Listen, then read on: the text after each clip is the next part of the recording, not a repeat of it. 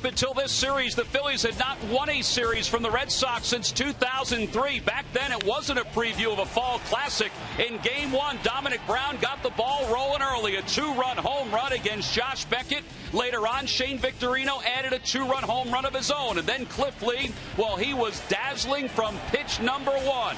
Cutter, curveball, fastball, it didn't matter.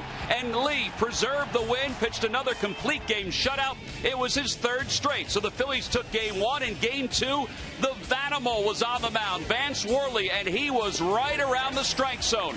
In, out, up, down, it didn't matter. He hit the ball beautifully against the Red Sox hitters, and he went a career-high 7 innings. He was outstanding. So was Raul Ibanez. That's the only offense the Phillies needed. Ibanez was 3 for 3. He had 2 RBIs, including his first homer since the 30th of May. Then Michael Stutz came in and pitched a 1-2-3 8th inning. Bastardo then pitched the 9th, and what did he do? Well, 3 very easy pop-ups, including this one to finish up the ball game, and the Phillies had taken Game 2 of this series. That is the perfect title. Phillies pitching 2, Red Sox batting nothing, and now the Phillies will go for the series sweep this afternoon here at Citizens Bank Park against the Boston Red Sox. Hi, everybody. I'm Tom McCarthy, along with Gary Matthews. Wheels will be around in just a little bit. Well, Sarge, this series has been a lot about the Phillies' starting pitchers. And they've had enough offense, obviously, but the 2 starters, Cliff Lee and Vance Worley, have been outstanding. Yeah, you're right about that there. Cliff Lee dominating there. Worley did his thing here yesterday. They take a look here at the graphics. See exactly what I'm talking about. I like those strikeouts there. It shows that the Philly pitchers there were actually dominating there the whole game. Not a lot of walks either, putting those runners on base there, Tom, and that's what you like. Well, last year, Sarge, Cole Hamels won 2 games against the Red Sox, 1 here, 1 up in Boston. He was in total control. Yeah, well, he's learned how to pitch, has a lot of confidence when he's going out there, believes in his arm there, and this guy here is a legit number 1, former MVP there in the World Series, and again, confidence is all it takes there. As he gets a ground ball, he's able to get that ball in on a lot of those players' hands here, Tom. And again, he is a legit number 1. Just take a look there at that graphic. 3-0, that ERA. Again, I like those strikeouts. Well, he's averaged 7 innings per outing against the Boston Red Sox during his career. That is a very good sign. On the flip side, well, the Red Sox have a good one as well. John Lester, like Cole Hamels, Sarge, is a 9-game winner this year. Yeah, this guy here can really pitch. He's the number 1, too. When you take a look at the highlights, you'll see what I'm talking about is he throws balls and not afraid at all to throw that fastball. But what he likes to do, get ahead of you, and he can make you swing at balls that are out of the zone. That's what it's all about there in pitching, keeping that ball out of the zone. And when you do that, it makes it tough on the hitters, especially if you're throwing early strikes there. This is going to be a true test there for the Phillies hitters. Now you take a look at what he's done there in his starts. That 1-0 record, not even good. That's pretty good, I would say. But look at his ERA, and the strikeout has just been devastating. Yeah, his 1-0 decision, that was a 13-inning victory by the Boston Red Sox. So he's controlled the Phillies in his 2 career games so far. So a great pitching matchup. Cole Hamels getting ready to go to work and take on the Boston Red Sox. The fans are ready as well. What are they ready for? The sign tells the story.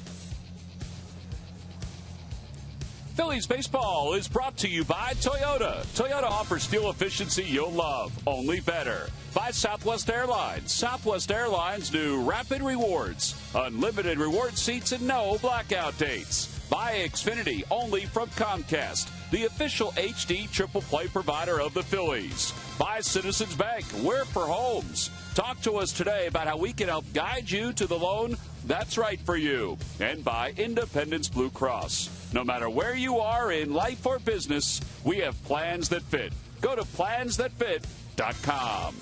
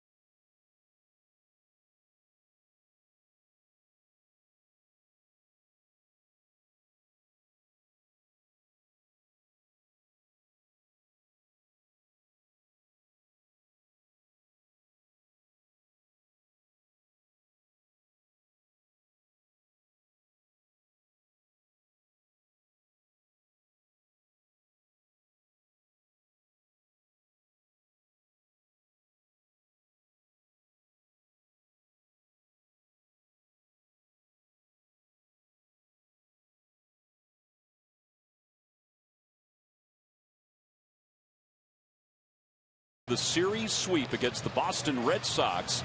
Phillies have won a series for the first time against the Red Sox since 2003. Let's take a look at the Sox starting lineup. It's brought to you by Xfinity, only from Comcast. Leading it off in center field, Jacoby Ellsbury. Darnell McDonald, the right fielder, bats second. Adrian Gonzalez hits third, followed by Dustin Pedroia, the second baseman. Jason Veritek, the catcher, he'll bat fifth. Josh Reddick's in left field hitting sixth. And the bottom third of Sutton Scudero and John Lester to face Phillies left-hander Cole Hamels, who once again Wheels is looking for his 10th victory of the year. Two tough outings, Tom. He's pitched really well in those games against Seattle and Oakland. Had a loss in one, no decision in another, and yeah, going for his 10th win. Tremendous numbers. You look at his walk strikeout ratio. Really fortunate here today. You got two of the best left-handers in the game going against each other. Southwest Airlines scouting report on Cole. He has been able to have a consistent downward plane with his pitches, and he has pitched very, very well against the Red Sox. One of the reasons why they kept him on his regular day was to get him out against these guys today. Jacoby Ellsbury leads it off for the first pitch of the day. Is a fastball for strike one. It's no balls and one strike. They could have gone Kendrick here this afternoon if they wanted, and then pitch Cole with an extra day tomorrow. But his numbers against Boston, pitch him today. Well, they also felt like he came out of his last start okay, even though he didn't get the win. That he was comfortable, that he didn't really labor during the course of that ball game. Yeah, and the game before that, he had pitched a really good game, too, in the final game in Seattle when he got beaten on those two bloopers. No balls and two strikes, the count to Ellsbury. Slowly hit towards shortstop. Rollins hurries, off balance, throw, not in time. Ellsbury is just too quick from the left side, and there was really nothing else Rollins could do. No, Cole made three great pitches on him. I mean, he painted with the first two and then made him swing at that one off the plate a little bit, and he just nubs it. You said Jimmy Rollins does all he can do here, but Ellsbury's running when he hit it, and that guy can fly, and now he's a base stealing threat. He's stolen 25 bases this year. Now he has been caught 10 times. This is the first time he's been on base in this series. Another one of the reasons why the Phillies have been able to beat the Red Sox. Darnell McDonald's now the hitter. The Red Sox made a roster move before the ball game today. They designated Mike Cameron, so he is not available today. That was a tough decision for Terry Francona and Theo Epstein, the general manager of the Red Sox. As McDonald takes, and they say he went around, according to the first base umpire John Tumpain. Mike Cameron designated for assignment. Yamaico Navarro called up from Pawtucket. He's not here right now, but they expect him at some points. Yeah, Cameron's one of the good guys in the game, and that had to be a tough thing for them to do. 0-1 the count to McDonald with the runner at first, and Hamels throws over. I said Yamaico, it's Yamaico Navarro. Right. He'll wear number 60 when he does arrive here at the ballpark.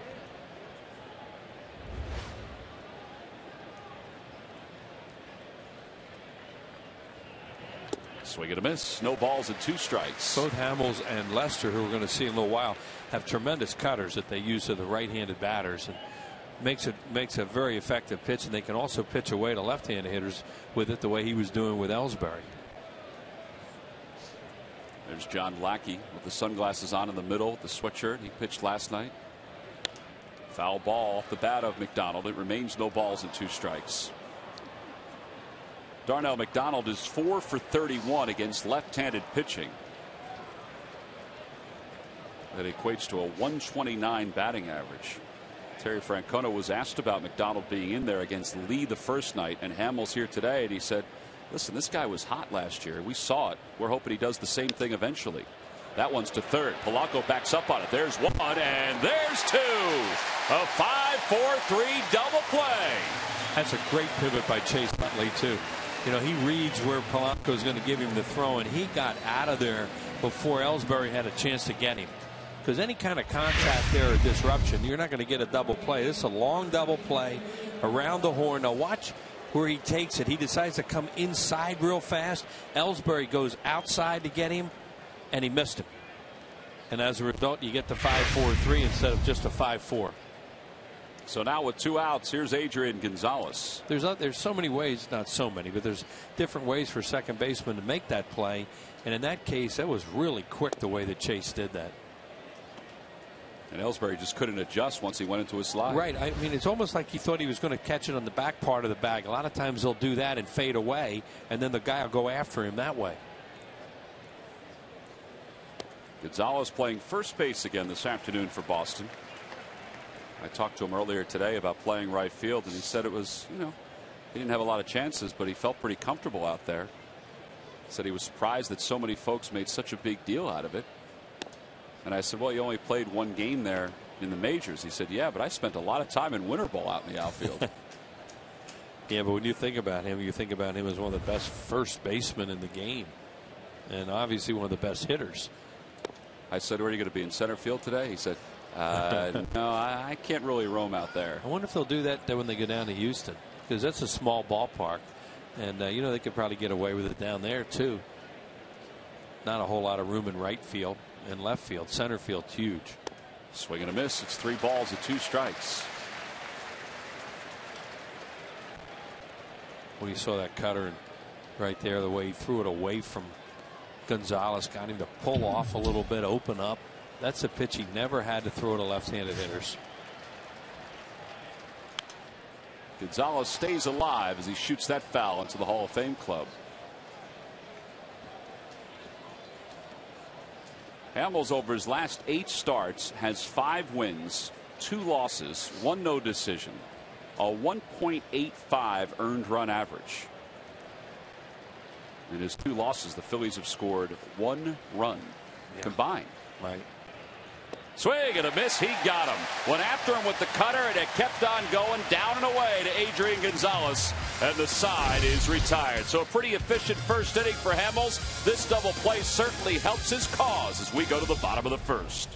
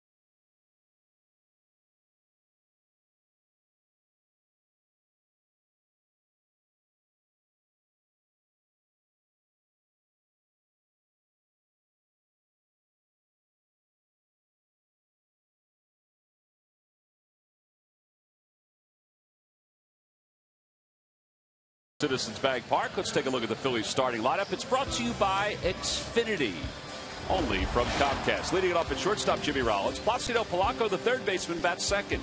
Chase Utley hits third, followed by Ryan Howard in the cleanup spot. Shane Victorino's at center field once again. He'll bat fifth. Ben Francisco starts in right field. He'll hit sixth. Raul Ibanez bats seventh. Carlos Ruiz does the catching. He'll hit eighth. At batting ninth and pitching, of course, is Cole. And they'll face 27-year-old left-hander John Lester. 9-4, 3.66 earned run average. And Wheels, like Cole Hamels, he's been trying for win number 10 over his last couple starts. Yeah, he's had some no decisions, losses thrown in there. This is a big guy too, 6'4", 240-pounder, real good fastball cutter. We mentioned what a tremendous pitch that is for him, and he will flat out compete and get after you. So you've got 2 pitchers out here today that are fun to watch and are not fun for hitters. Jimmy Rollins leads it off, and he takes a fastball for strike one. Rollins 1 for 7 in the series, overall hitting .257 with 7 home runs and 31 runs batted in. Phillies roughed up Lester in a game in Clearwater this year, but over the years they haven't had a whole lot of luck with him in regular season games. In 2 games, he's gone 14 innings. He's 1-0 with a 0.64 ERA. Yeah, that's not much luck. The Lucky McDonald's Phillies home run jackpot contestant, speaking of luck, is Guy Stewart of Newark, Delaware. If Phillies hit a home run in today's ball game, and Guy will win $100. See, he'll pitch in like Hamels will, and then he'll go away from a hitter. They may look in early on him, though, and try and pull a ball. Rollins stays alive as he fouls that one back.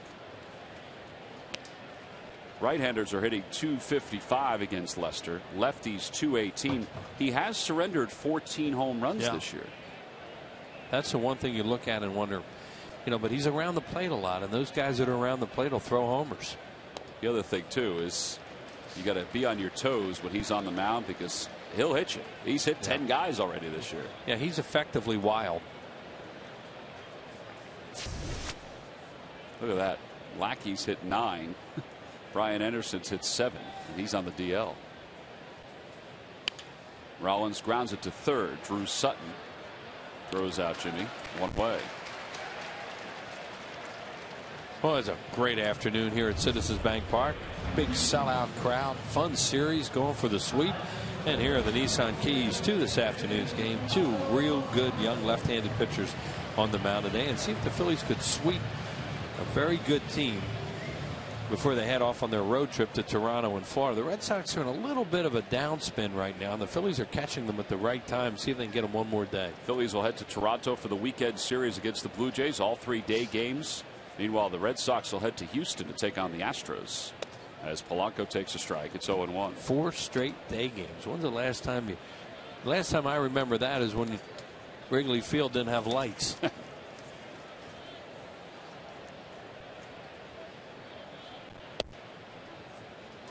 Ooh, Jim Wills had a fairly big plate early in the game. He helped, I think, Hamels a little bit on one of the pitches to Ellsbury. That pitch right there is outside. There you go, Wheels. You asked for it, we give it to you. Last time the Phillies played 4 consecutive day games back in 2008. Well, it wasn't that long ago.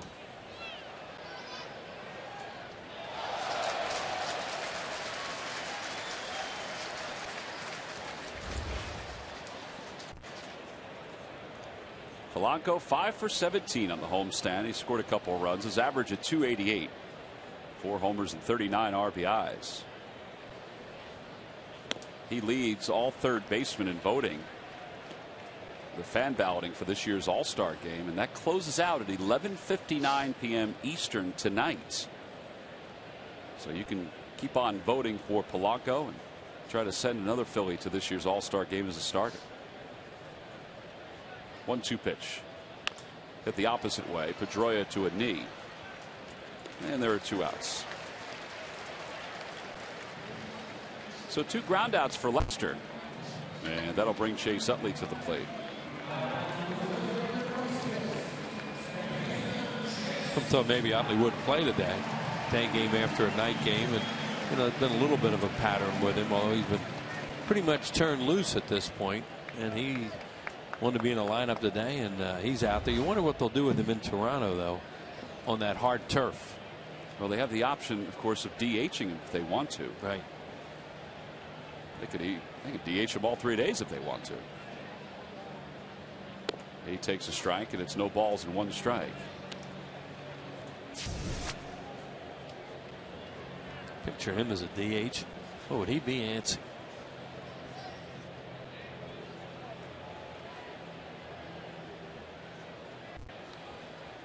He'd probably keep Kevin Kamisholi, Philly's video coordinator, on his toes. Very busy. Yep. Not that Kevin's not normally on his toes. Right. I know you didn't mean it that way. Yeah. Kevin Kamisholi, as we said, is the Phillies video coordinator. He's down into the stadium right now, and he's got a whole bunch of TVs and computers that have video of John Lester and others on the Red Sox staff that the players can watch from time to time. And in between at bats, they can go down and take a look at their previous at bat if they choose to. And they sit in there and watch the games and tell us what they don't like about what we say. And there's so many different angles that Kevin can utilize too. Oh, it's so sophisticated now. 2-2 the count to Utley. You want to get prepared in this business, you can get prepared. I mean, it didn't used to be like that for the players. One time they started keeping little books for themselves, and You know, then maybe they would keep some individual video guys would do, but now it's all there for them. It's just how they want to use it. There's cameras everywhere. You see over top of Bernie out there in center. Swing and a miss. Utley's down on strike, so Lester picks up his first strikeout. And the Phillies go down in order here in the first. So 1, 2, 3 go the Phils. On to the second in a scoreless game.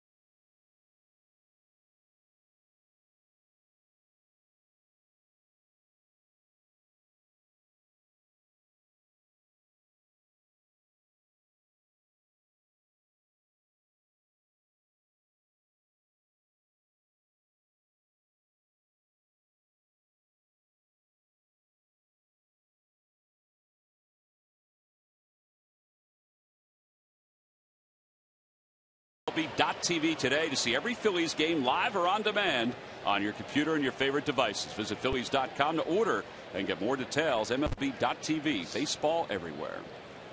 Wheels, here's one of the better pinch hitters the game saw a long time ago. Steve Braun, who was in the crowd today, taking in the ball game. Tudor Braun. That's right. From Trenton. Yep. Yeah, he was a good hitter. He's close friends with DeMarlo Hale, the Red Sox bench coach. They coached together in Trenton with the Trenton Thunder. Remember Steve Braun? Yeah, Cardinals. He was a heck of a hitter. Yeah, he was a good hitter. Left-handed hitter. Played for the Minnesota Twins as well. 1 ball and 1 strike the count to Dustin Pedroia. Why'd they call him Tudor? That's a good question. I don't know. Okay. But he is a funny guy, and he knows hitting. I mean, he's always been a very good hitting coach. Does a lot of clinics in the Delaware Valley. Pedroia fouls that one away. It's 2 balls and 2 strikes. How about this guy hitting 4 today, huh? Well, Kevin Youkilis fouled a ball off his foot in last night's game, and this morning he said, I can't go. So they did x-rays. The x-rays are negative, but he just couldn't go today. So that's why Sutton's over at third. And you know he's hurt if he can't play. And Youkilis is one of the tough guys in the game. Fly ball over to right field. Ben Francisco toward the line. There's Kevin Youkilis sitting next to David Ortiz. It's a pretty good bench that the Red Sox have. Whew. Although they're 1 short because Mike Cameron was designated for assignment earlier today. Well, it's nice you can play the Red Sox and see those 2 guys watching. Here's Veritek, who didn't play last night. 0 for 3 in game 1. Switch hitting catcher, batting right-handed against Hamels.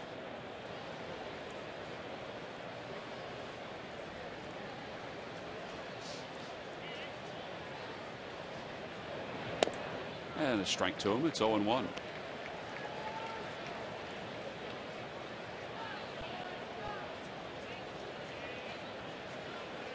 They weren't sure how many games Veritek would play this year. This is his 34th start.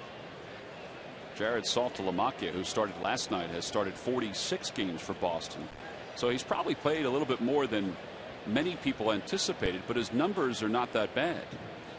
Plus, a lot of the Red Sox pitchers like to throw to him. Grounder toward third base. Polanco to his left.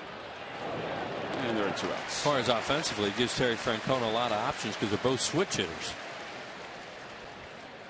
Get your local sports on the go. Be the first to know everything about your favorite teams right from the palm of your hand. Your teams right now. Free. Download CSN Phillies Sports app for your iPhone today.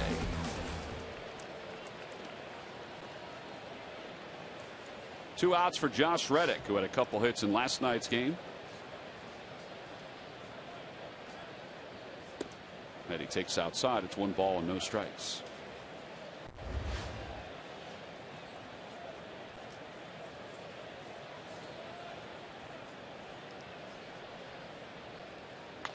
And Reddick loops one in the center, and he's got another hit. That's really going to pad that .438 batting average. And a 2-out single. It's hitting .455, Wheels. That's cool. .455 at the end of June. Huh? That's pretty good. They'll be talking about him hitting .400.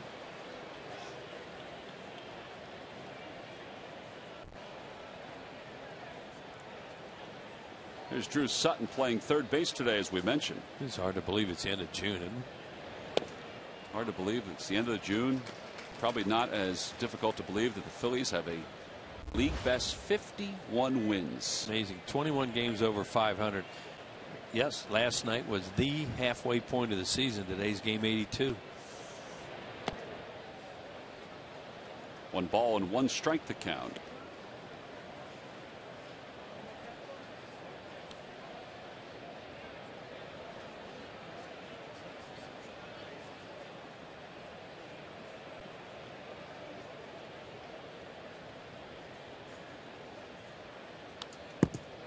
A little late on that, so it's 1-2. One of the reasons why the Phillies have 51 wins is that they've done pretty well in interleague games this year, just like last year. And they had a very good June, which they normally don't.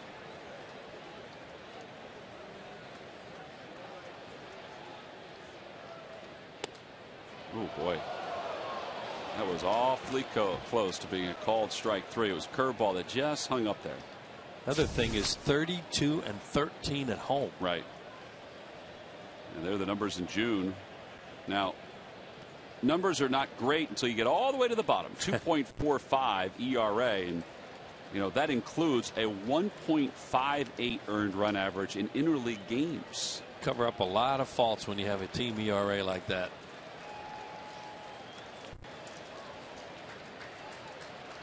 Reddick will be off and running on this pitch to Sutton. It's 3 balls and 2 strikes. Howard plays behind him. And Sutton fouls it away. It's like last night. They're starting to foul pitches off. Doesn't seem to matter who they put in the lineup. They have guys that foul pitches off and run up a pitcher's pitch count. Scooter on deck. He's a guy that does it a lot.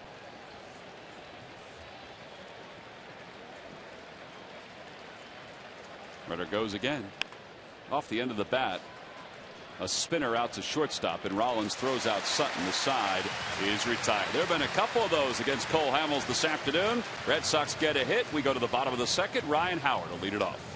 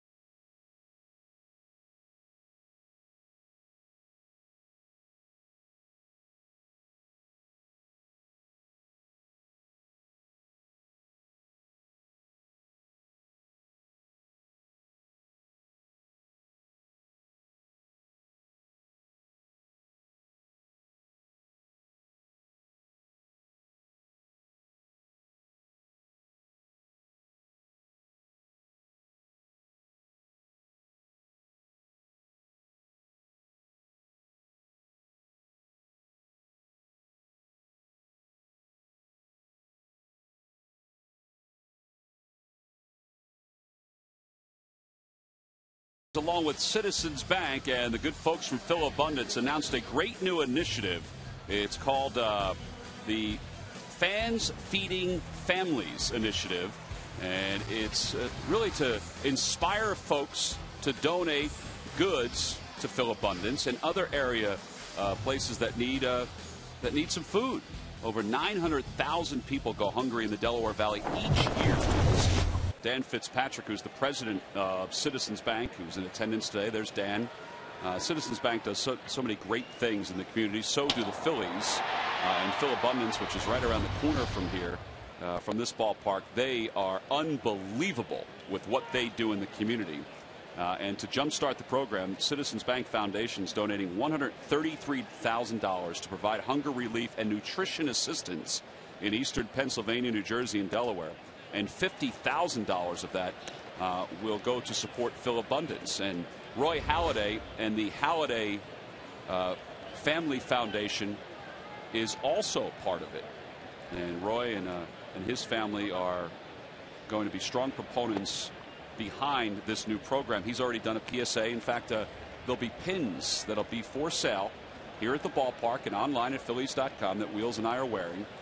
And proceeds from these pins, the purchase of these pins, will go toward this new initiative. Yeah, great partnerships, Citizens Bank and the Phillies, and such a tremendous cause. It's just awful when you think about that many people. Unbelievable. It's unbelievable. In this country. Well, and there are other Phillies partners that are already involved, Goya, Toyota, and will continue to be involved in this initiative. But the pin itself, I was talking to Roy about it yesterday, as he said, it's great to kind of walk away with something. You know, and the pin is part of that. And Roy's public service announcements will start to appear on local television and radio over the next month or so. Check out Phillies.com, though, because there's a whole host of things that will take place following the Fans Feeding Families program throughout the month of July.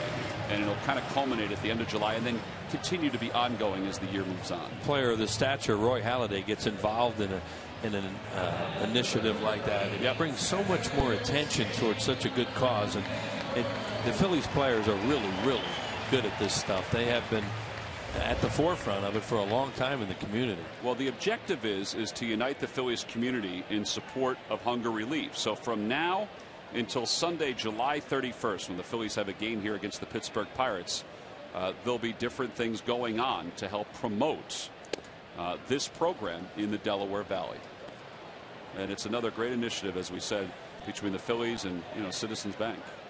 Shane Victorino did not think that was a strike. He's going to take a little walk. That was a really good at bat by Ryan Howard, as we were talking about that great cause.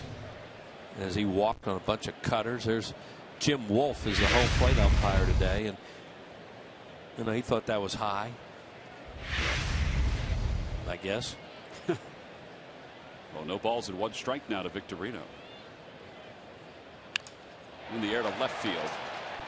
Josh Reddick doesn't have to move too far, and he makes the catch. So one away. That's a good idea what he did right there. Just going to say that sooner or later, when the right-handed hitters start coming up against Lester, you got to think about ambushing him middle end at some point, because he's going to come in there and challenge right-handed batters, especially early in the count. And before you can get him maybe to change his pattern, get after him, and maybe you could hurt him on the inner part of the plate. Oh, with one away, Ben Francisco, who this year is hitting .209 against left-handers, gets the start against a lefty. And time was just called by Jason Veritek.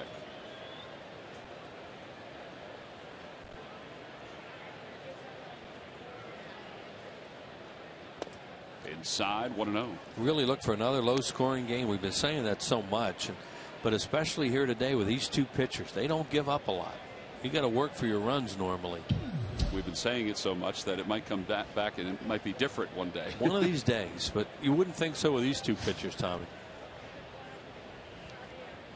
In the dirt, 2-0. We watch how many pitches Lester will throw inside to right-handed batters, and that's the point we're trying to make. Maybe that's why he gets hurt with home run balls, because teams look for stuff inside on him. It's a lot of double plays. Probably jams hitters.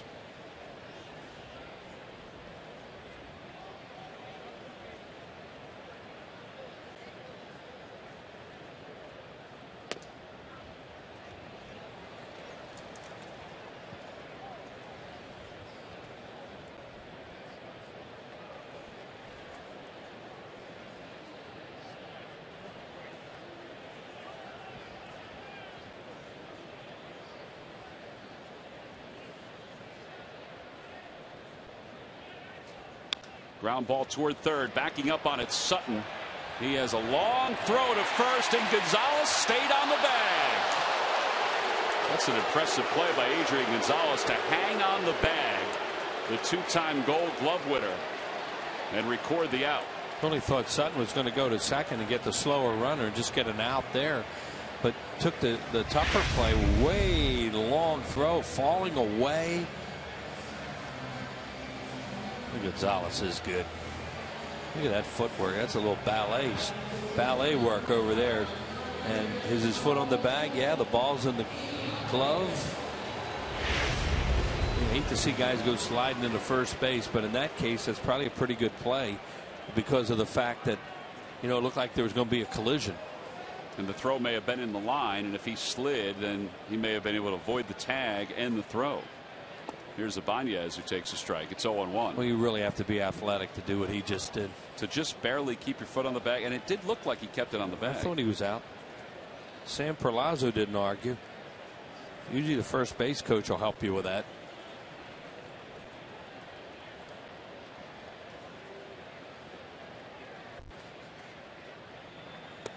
Little low. 1 ball, 1 strike.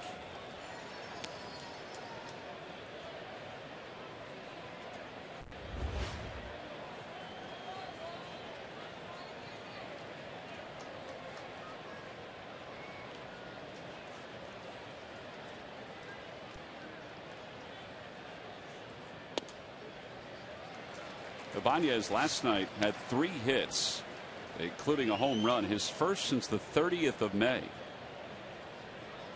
He had 3 good at bats last night, really aggressive swings. Tougher to do it against a guy like Lester because he's going to make you uncomfortable.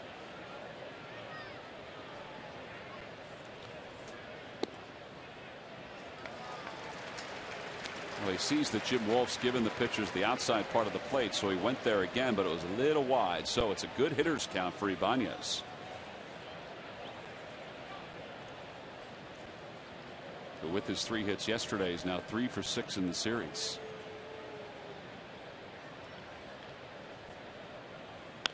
Off the end of the bat, Sutton will give it a look, and it's just into the first row. Drew Sutton, who turned 28 years old today, getting a chance to play for the injured Kevin Youkilis. On the Toyota Major League scoreboard, Tigers are probably thinking, here we go again. The Mets, who scored 16 last night, 14 the night before. 54 runs in 4 games. Amazing. Well, they lead at 1-0 as Ibanez goes down on strikes to finish up the second. No runs, no hits. 1 man left in scoring position. We played 2. We go to the 3rd here in Philadelphia.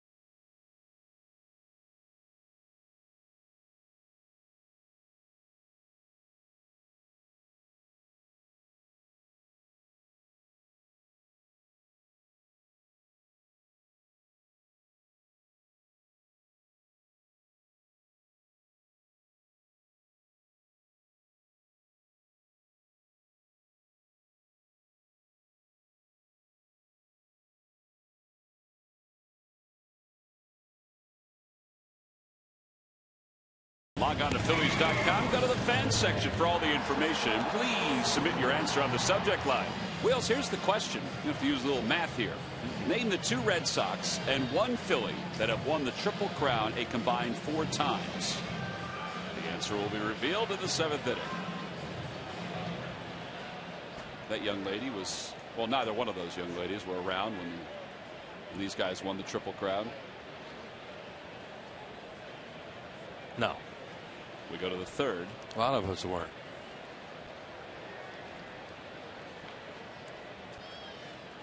Marco Scutaro leads it off. Scutaro's 1 for 6 in the series, overall hitting .271. A couple of home runs, 13 runs batted in.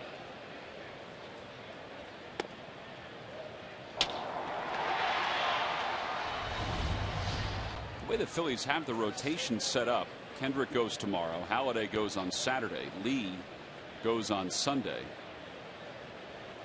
Well, it seems like that final series. Oh boy, look at that, a line drive right back to the box, grabbed out of the air by Cole Hamels. 1 away. He is so good fielding his position, but that of course is just luck when you're able to do something like that. You know, he obviously sees it come off the bat. It's self-defense as much as anything. A curveball, puts the glove down and goes right into it. Right there, he sees it, put the glove, and hope, and be glad it's off to your side and not right at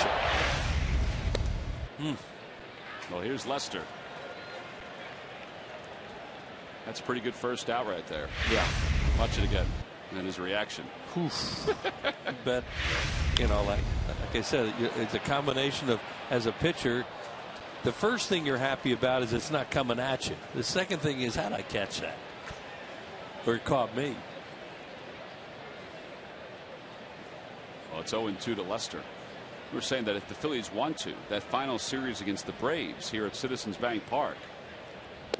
And a call, strike 3. Lester's down looking. Second strikeout for Hamels. They could have Halladay, Lee, and Hamels finish up the last 3 games before the All-Star break, because the off day next Thursday sets it up that way. If they choose to do that. If they choose to do that, and the Braves hope they don't. Here's the matchups for this weekend. Ricky Romero tomorrow against Kendrick. Carlos Villanueva on Saturday against Roy Halladay, and JoJo Reyes and Cliff Lee on Sunday. Speaking of the Braves, JoJo Reyes, a guy the Phillies used to see a lot in Atlanta uniform. Here's Ellsbury, who reached on an infield single his first time up, one of 2 hits. That game tomorrow will be tough. Ricky Romero just dominates the Phillies when he pitches against them. Spring training, regular season, it doesn't matter. He's one of those crafty left-handers, and he's coming off a couple really good starts.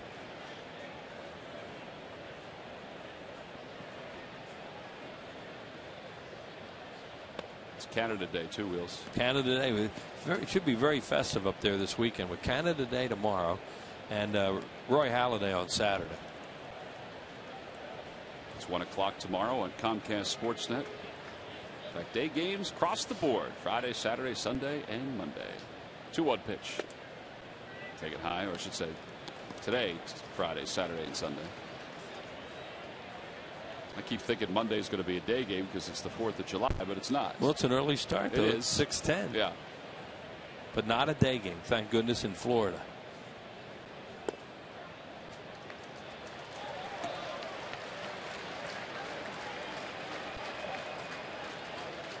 I've had a look at that a bunch of times over the last couple of days because for some reason I just keep thinking it's a day game. Yeah, because it's a holiday. Here's the payoff pitch to Ellsbury. On the hands, a foul ball, and it remains 3-2.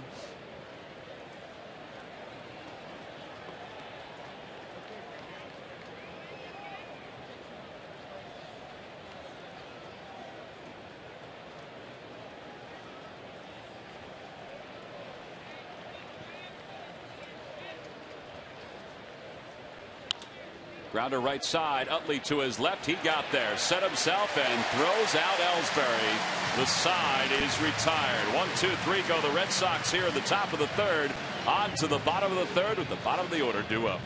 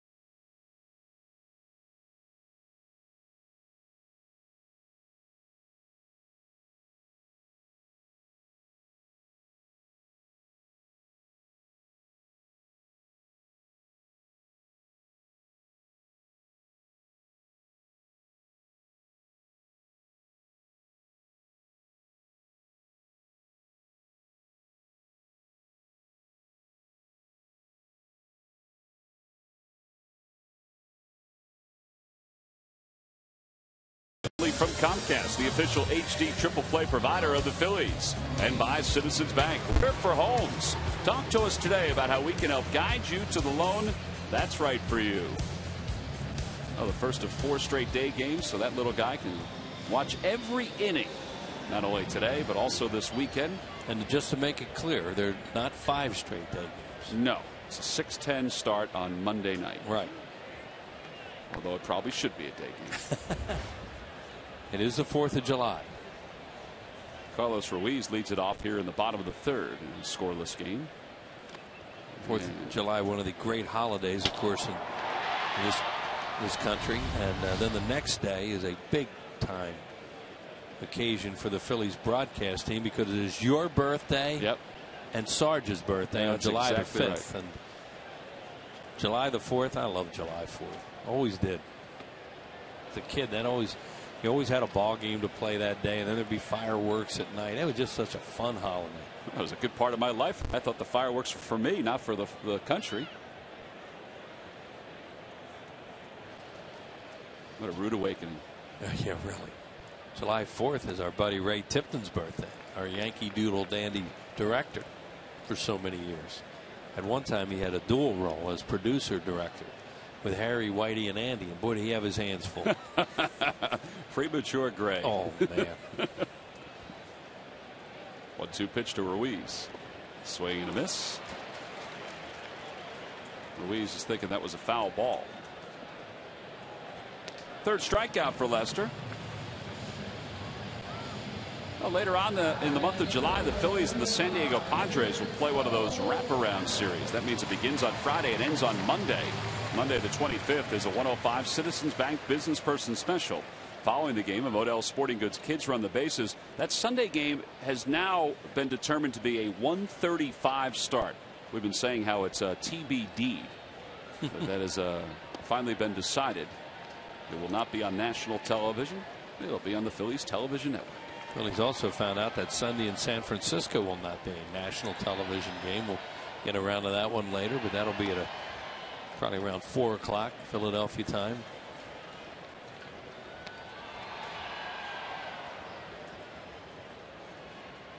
Fanatic always has a spring in his step on day games.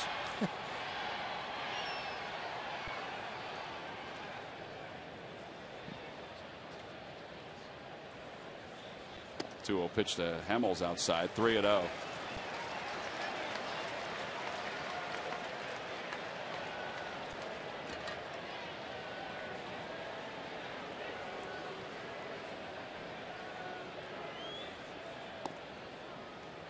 Wheels, if you're wondering, against left-handers, Hamels is 3 for 9. Pretty good. Yep. Considering he has 8 hits overall, 3 of those 8 against lefties. Swing and a miss, 3-2. Well, he definitely has the advantage over his counterpart today, because Lester doesn't have a big league hit. Well, he can flat out pitch. Guy has a no-hitter in his books.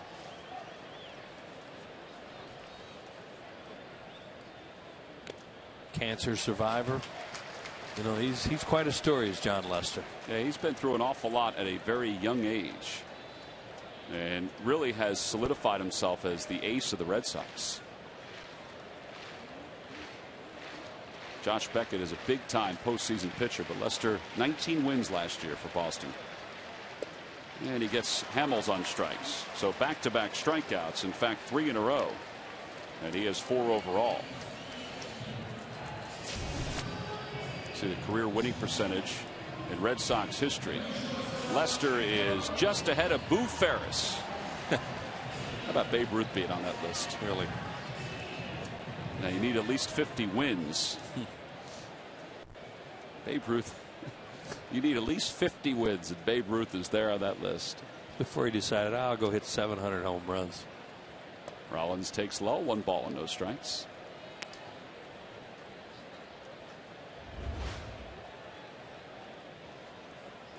Rollins grounded to third his first time up. He's 0 for 1.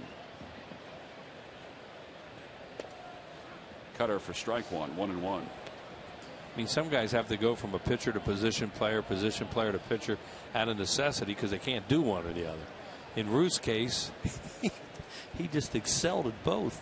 Probably would have won 300 games. Really?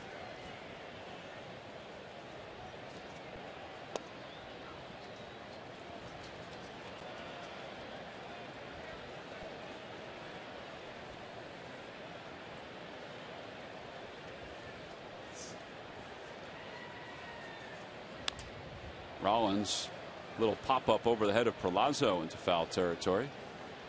Just can't help but thinking sooner or later somebody's going to get this guy on a pitch that comes middle in, because he wears you out in there.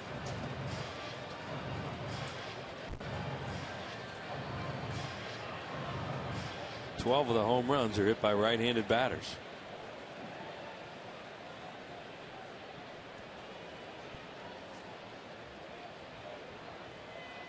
Whoa. That one got away. Just a little high. 2-2. I mean, be effectively wild. You know, he keep you loose in there. A lot of hit batters will throw some wild pitches, and then he's right in the strike zone.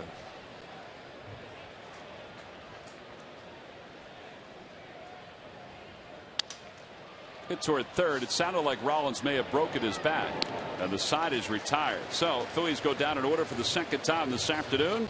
We've completed our first 3 here in Philadelphia in Game 3. Still Red Sox nothing, Phillies nothing.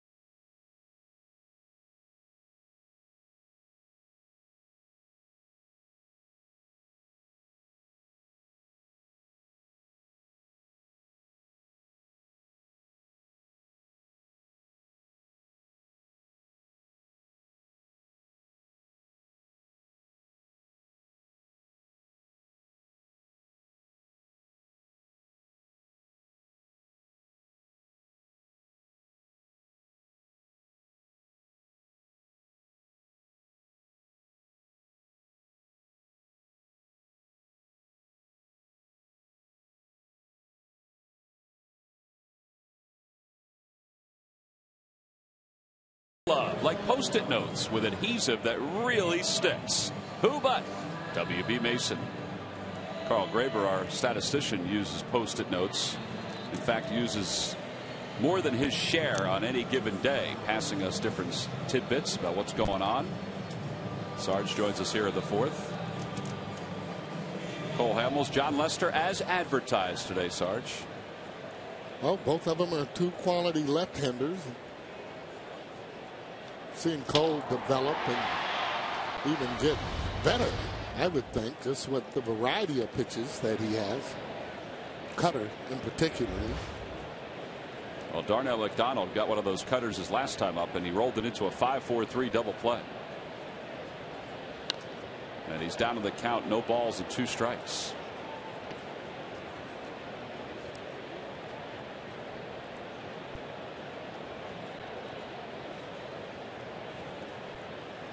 It'll be McDonald, Adrian Gonzalez, and Dustin Pedroia for a Red Sox team that over the last 15 games have scored just 7 runs. There's a fly ball right to Ibanez, 1 away.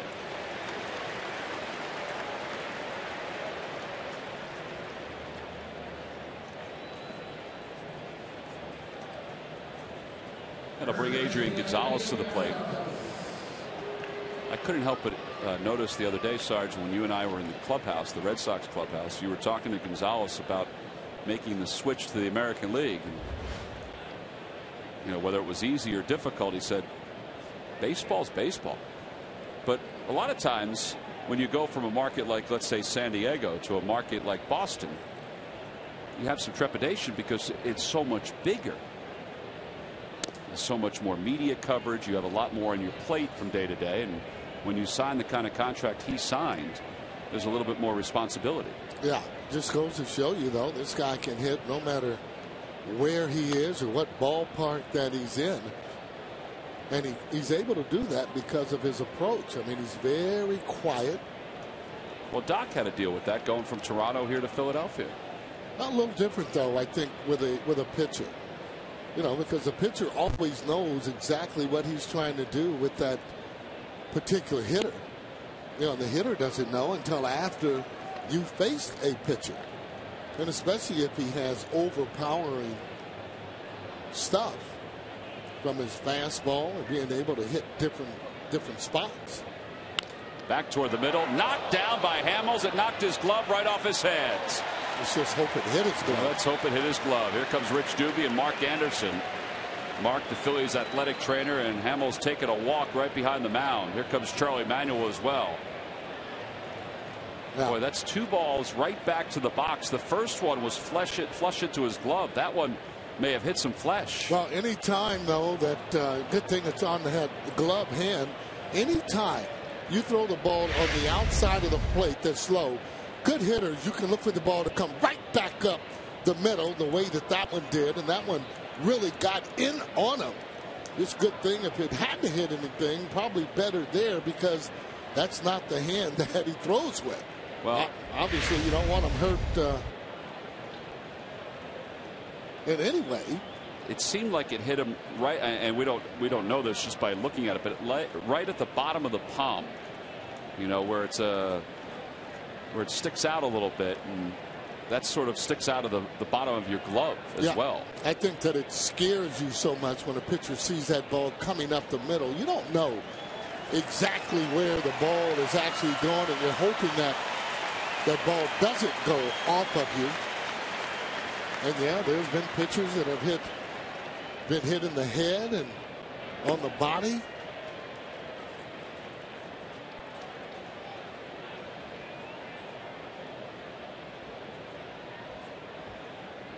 That's not the part that's concerning. That's the part right there. When it comes back to him like that, can he field his position? And I think they're content that he's okay for the time being. He's obviously still in some pain. Take a look at where the pitch is, and you see where it's going to go. Good hitters, again, will do exactly that. Al Oliver with the Pittsburgh Pirates was notorious for hitting those same kind of balls off of Larry Anderson right up the middle.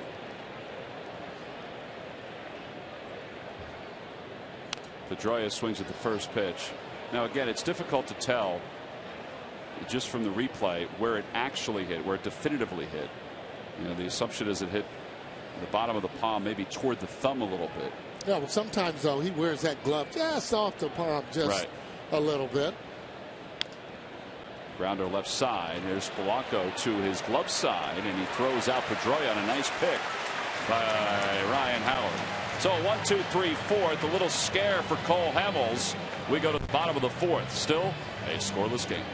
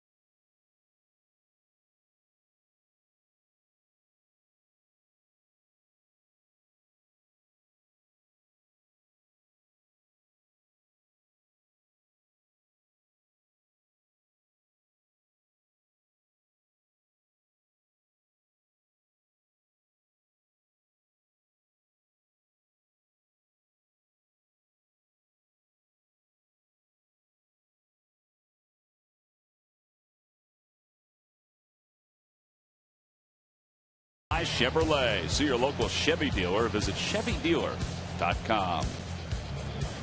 Well, interleague play will come to a close this weekend with the Phillies take on the Blue Jays. There's Rich Doobie talking to Charlie Manuel. Cole Hamels got hit with a line drive right in his glove hand, on the palm of his glove hand, and Rich Doobie's going to the phone, and they may get somebody up, and they may, as a precaution, just get Cole checked out. Nick Billmeyer taking the phone call. The Phillies do have some extra weapons in the pen, from Andrew Carpenter to Scott Matheson, and it looks like it's David Herndon who's going to start the throw in the bullpen for the Phillies.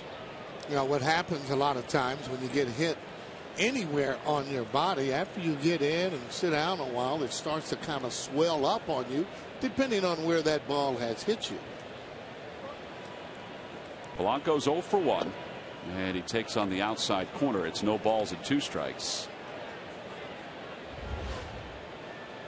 Polanco hasn't been happy with the strike zone for me over the last maybe 2 weeks or so, even back out in Seattle, and just a lot of those kind of pitches are just being called on him, and one of the reasons too that he's having a difficult time in attacking the ball. One of those hitters that he sets up pitchers, meaning that he could take that kind of a low borderline pitch, and the pitcher gets it up a little bit higher, and you can put good wood on it. Well, he stays alive on that 94-mile-an-hour fastball, and it remains 1 ball and 2 strikes. Well, looking at Adrian Gonzalez going through his drills first day in, same kind of balls obviously he would hit, line drive after line drive, and it's interesting, not working on a home run stroke, more or less working on line drives. So start to left field, move the tee, hit it up the middle, hit the ball to right field, and then they'll do their soft tossing drills, all in preparation for the game. Now, for somebody like Polanco, that's normally the case for him, but since he's struggling so much, it's even more important to do that stuff. Yeah, and then not only that, though, again, those borderline pitches where normally he'd get called a ball, easier to hit when it's 3-1 as opposed to 2-2. Big difference in the count.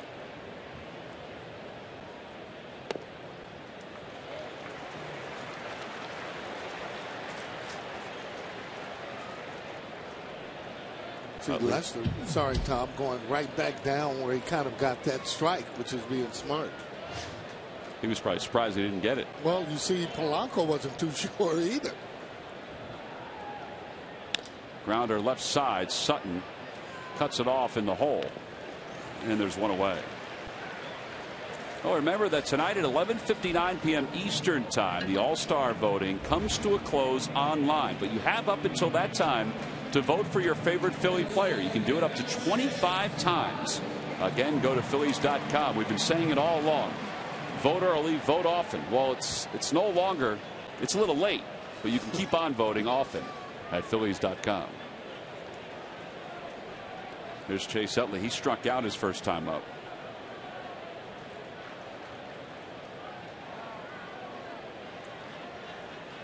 Four strikeouts today for Lester.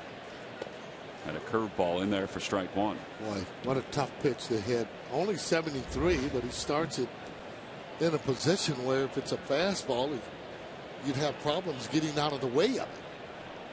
That's why as a hitter, you got to pick up the spin as quick as you can to determine whether or not fastball or breaking ball.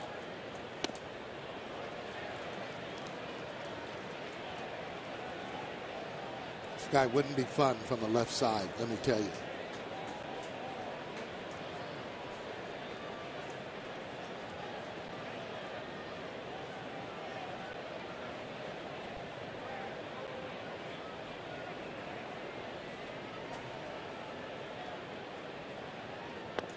One ball and 2 strikes now to Utley. That's why this is such an enjoyable game. The fact that you have Cole Hamels, one of the best left-handers in the National League, against Lester, One of the best lefties in the American League, just going at it. Now Cole looks like he's done for the day, which is unfortunate, and we hope he's okay, obviously. Little looper to left field. There's the first hit of the day for the Phillies. Utley just serves it on into left. A 1-out single. Well, that is such great hitting. I mean, when you're able to hit a tough pitcher like that, you're just looking for a ball to kind of get the wood on it. You can see Utley not doing anything other than just trying to hit the ball and stay on it. And look at that. He's out in front a little bit. You got to give Lester some credit and then give Utley some credit, staying back, being able to hit the ball to left field. That's what I mean about not being a easy guy to get base hits off of. You want to be able to hit his mistake. There's David Herndon. He continues to warm in the pen for the Phillies as Howard takes a strike. We mentioned it a moment ago. Cole Hamels was hit with a line drive on his non-pitching hands, on his glove hand, in the top of the fourth by Adrian Gonzalez. He finished the inning, but it looks like his afternoon may be done. They may be taking some precautionary x-rays, which is probably the right thing to do. Here's the 0-1 to Howard. Here's that play again with Hamels and Adrian Gonzalez. Knocked the glove right off his hand. Oh, look up near the thumb area. Yeah. Okay. I mean, bottom of the palm toward the thumb. Gives you an indication how quick that ball gets back to the pitcher on the mound. A lot of times that happens to catchers. You know, that spot where a catcher won't lose the glove, but he'll get hit. You know, in that spot, the fatty part of the thumb. Yeah. Yeah, they do get hit there. The only difference there is that they have a little more padding. Absolutely. But when you get pounded after pitcher after pitcher after pitcher, it starts to thin out some. Utley goes, and he's going to swipe second easily.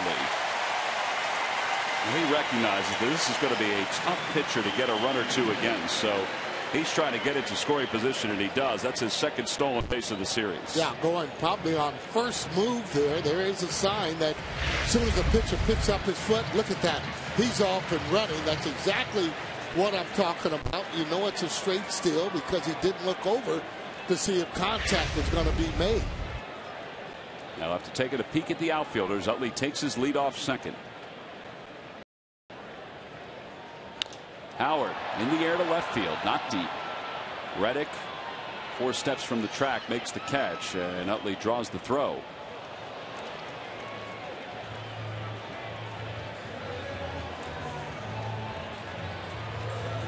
So 2 outs and a runner in scoring position. Hey, catch up on all the day's action from the AT&T National, plus get exclusive interviews, expert analysis, and more. Don't miss AT&T Daily News Live on location at Aronimink, presented by Villanova University College of Engineering. Later on at 5 on Comcast Sportsnet. So DNL is on the road. By the way, Sarge, just to point out what Utley did there by drawing that throw. You know, Veritek got it to Sutton, the third baseman, but offline. And who knows, if it got away, Utley could have been over to third. And that's why you want to at least draw the throw if you're the runner at second base in a spot like that. Yeah, that's a very, very good point. Being able to draw the throw. Don't know if he's going to let it go into the dugout, go into the stand. In that particular case, Utley would be able to score.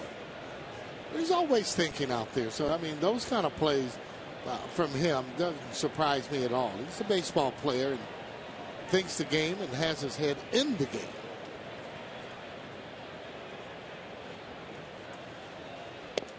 A strike to Victorino, 1-1.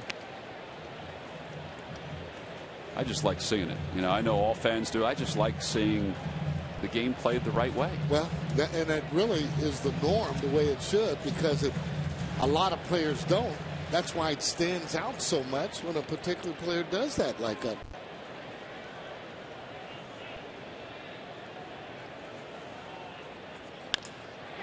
Towards center field, Ellsbury started in. Now he goes back, and he recovered to make the catch. He may not have seen that right away off the bat.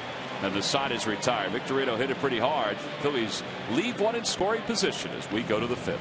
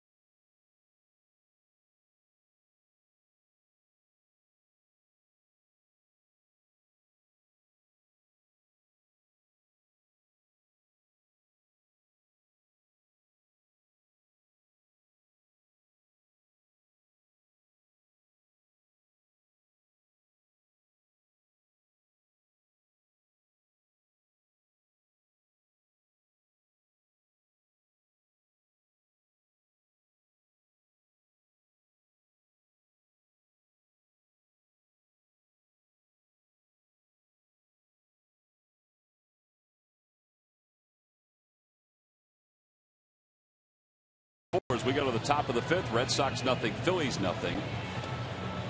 And every time the Phillies retire the opposing team 1, 2, 3, Comcast will make a contribution to Phillies charities. Phillies baseball is brought to you by the Xfinity HD Triple Play, your complete lineup for digital TV, lightning fast internet, and home phone.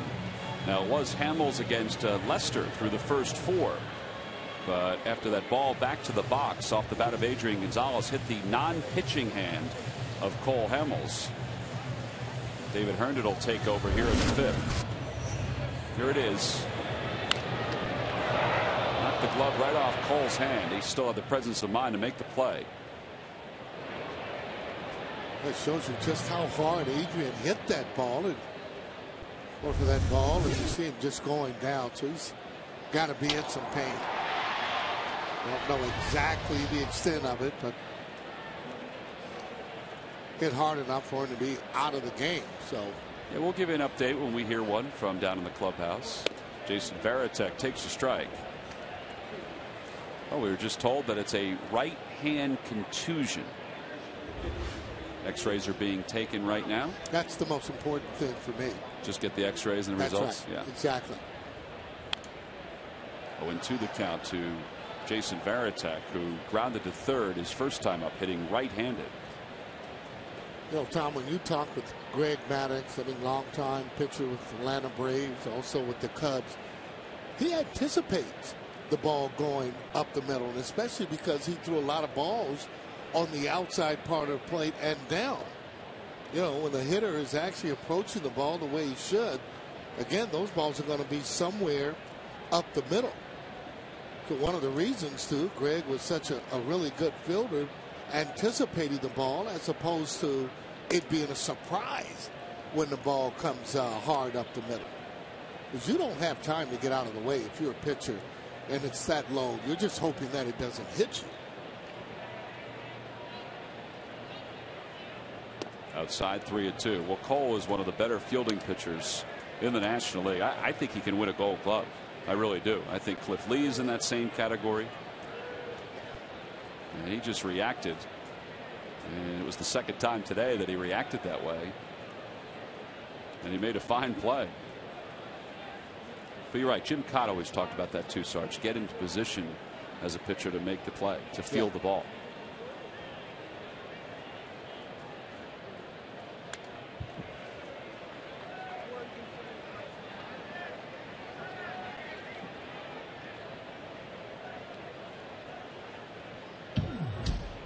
There's Veritek on deck. Just toss that foul ball into the stands.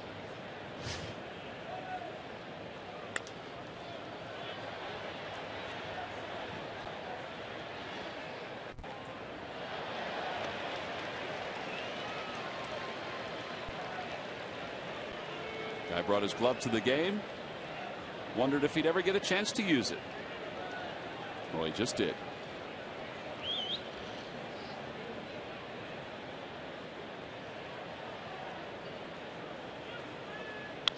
Over to shortstop. Rollins to his right. Veritek hustling from the left side. Rollins still throws him out easily. One away. Hey, the hottest Phillies retail item of 2011 is now back in stock. The Phillie Phanatic Pillow Pet. This high quality super soft plush collectible is now available by calling 877-GO-PHILS or visiting the Majestic Clubhouse store, and there it is. And you know, the Phanatic. I don't know how they're going to get the Phanatic out of that thing. Wow. Imagine somebody walking up and saying, I'll take the big one. Veritek takes inside. It's 1-0.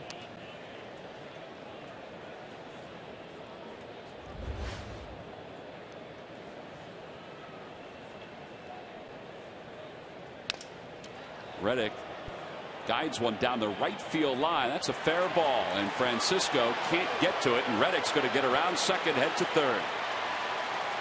And he slides head first with a one-out triple. Second triple of the year for Veritek.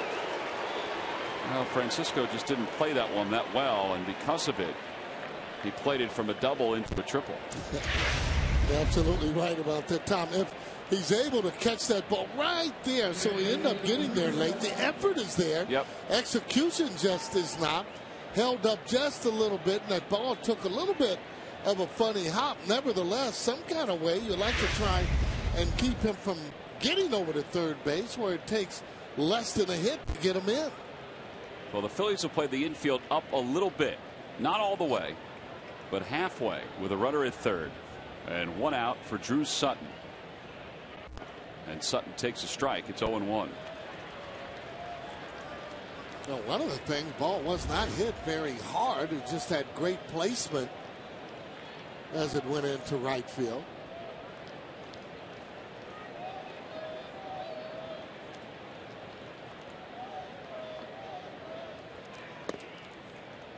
Sutton grounded out to shortstop his first time up. We'll see whether or not they'll be going on contact. Which means if he hits that ball anywhere that your runner at third automatically will be going.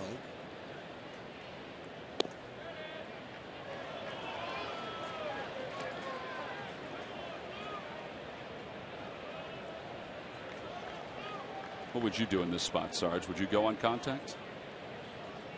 With the hitters I have coming up, and then I have Scudero, I'm going to take a chance. I want that ball to go.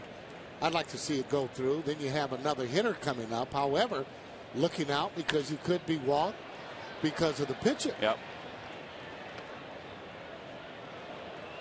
On the Toyota Major League scoreboard, Yankees are shutting out the Brewers 4-0. Mark Teixeira hit his 300th career home run. CC Sabathia is pitching in that one for the Yankees. Giovanni Gallardo on the hill for the Brewers.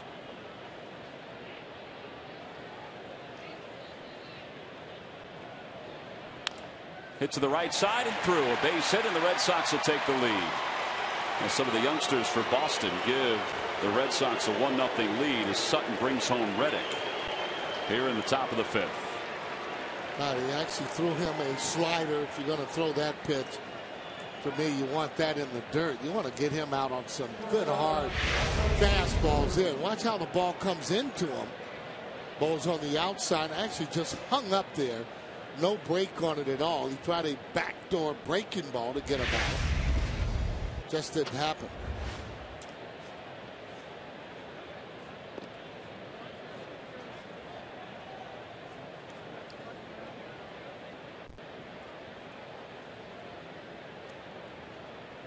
That RBI for Sutton, his 6th of the year.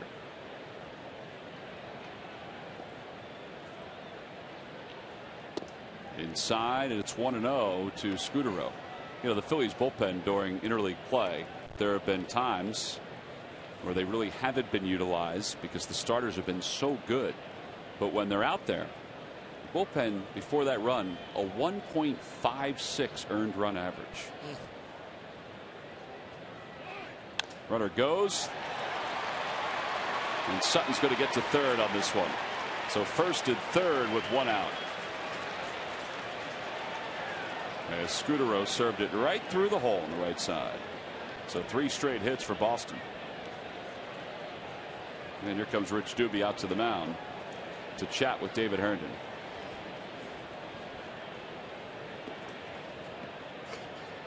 So a trip to the mound, and the bullpen certainly will be utilized today. You know, last night 7 innings for Vance Worley.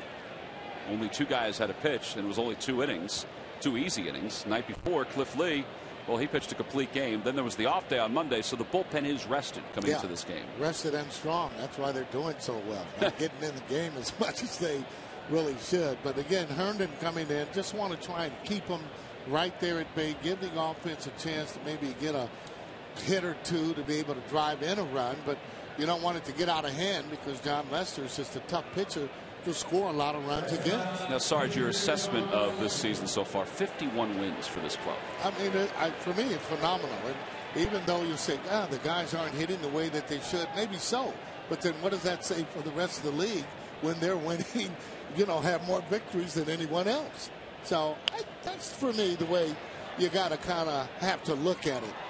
And it goes from year to year. Well, here's Lester, 0 for 3 overall. Well, this is big here. You want to be able to get him out without him making contact unless he rolls into that double play. Takes a healthy swing. It's 0-2. I told you, all the pitchers think they can hit. I don't care whether or not they're in the American League or not. And a lot of them get their own models. Tried to check. He went around. And there's a strikeout. Second time Lester's gone down on strikes. 2 outs with runners on first and third.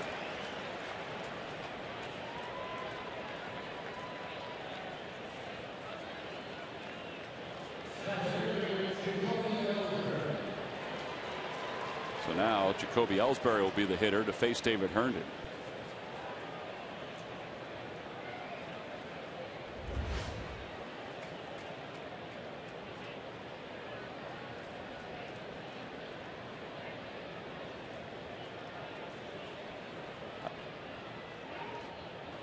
Herndon fakes over to third, steps to first. Yeah, kind of everybody got tripped up over at first base.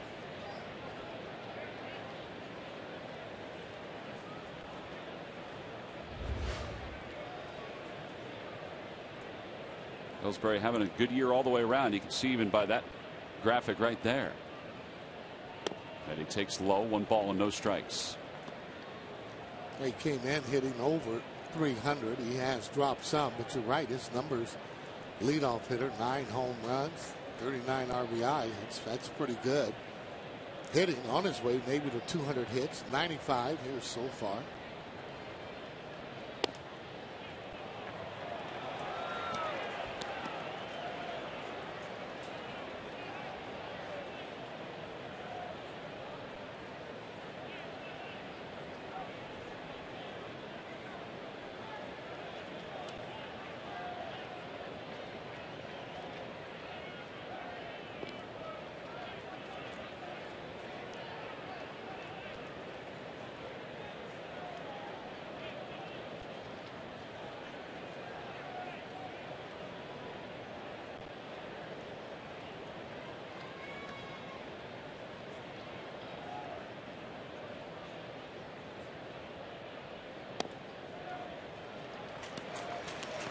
That was a slider that swept right in on the inside part of the plate.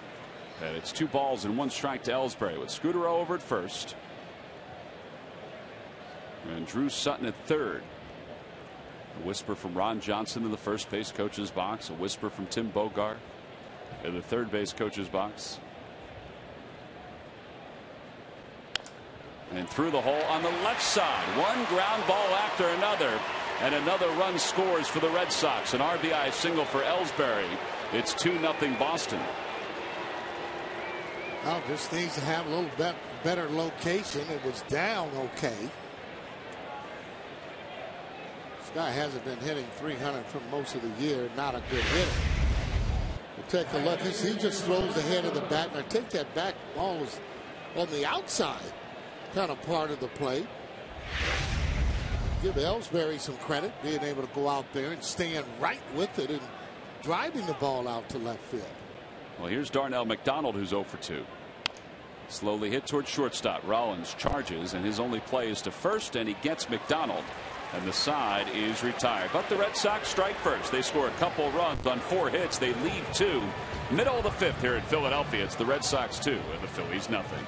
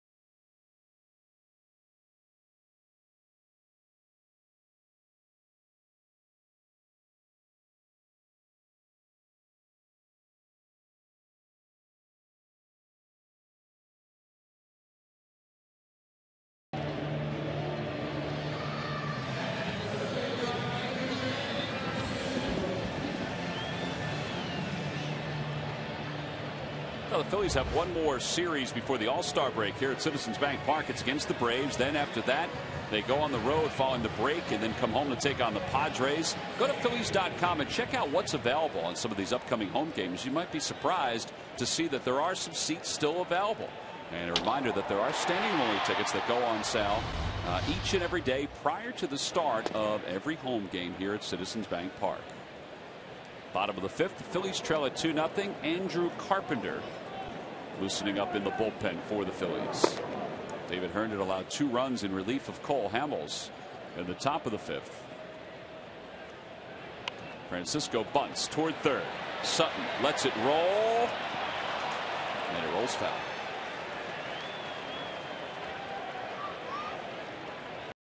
It wasn't a bad bunt because Sutton's playing back behind third base batting. Well, that's what you'd like for them to do if they're going to bunt the ball. You want to go for the line. Ball just curling off. And as a fielder, as soon as you see it foul, you want to grab it as soon as you can. If you let it go before it gets to the bag, rolls back fair, guess what? Fair ball. I've seen that happen before.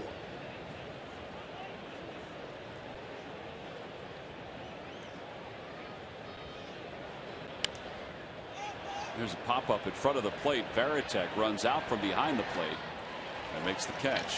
1 out. Put that ball right there on the post of Francisco.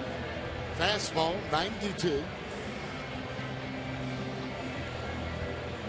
Oh, one away, and here's Ibanez. Sarge, does it impress you when you see guys like, let's say, Lester at 27, who's already won 70 games, and Hamels at 27, who's 69 games? Does it impress you to see what they're able to do at such a young age? Yeah, I mean, absolutely. You know, it doesn't matter what era that you play in to have numbers that you have. I mean, yeah, those are good numbers. And John Lester, to his credit, he has a no-hitter, you know, already in his career. Filthy breaking ball. And you throw that hard, 92, 94, and you're able to consistently get a breaking ball over from the left side against left-handed hitters. Well, I tell you, it just almost becomes unfair. 0-2 the count to Ibanez. You see 75 pitches already for Lester. They work the count and get him out of here.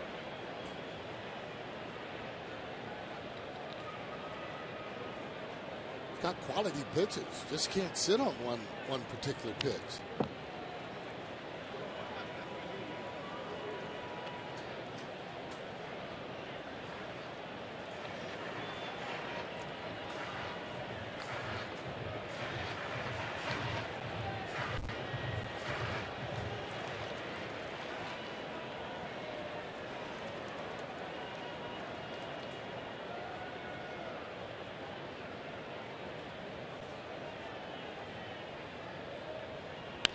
Ground ball to second base. Pedroia throws out Ibanez. Boy, one ground ball out after another. I mean, there have been a couple of fly ball outs and one line drive out, but for the most part, Lester's outs are either strikeouts or ground outs this afternoon. Yeah, and the thing too, he's having the hitters when they're hitting the ball. For the most part of it, they've been off balance. When the hitter's off balance, you're not going to be able to generate a lot of power. You got to have good balance. You got to be able to consistently hit the ball and hit the ball hard. Well, with 2 outs, it'll leave things for Ruiz, who struck out his first time up. Phillies trail at 2-0. Cole Hamels lifted from the game after 4 because he was hit with a line drive on his non-pitching hand, his glove hand, by Adrian Gonzalez. He made the play over at first, but they took him out as precaution. Throwing the ball good too. Yes, he was.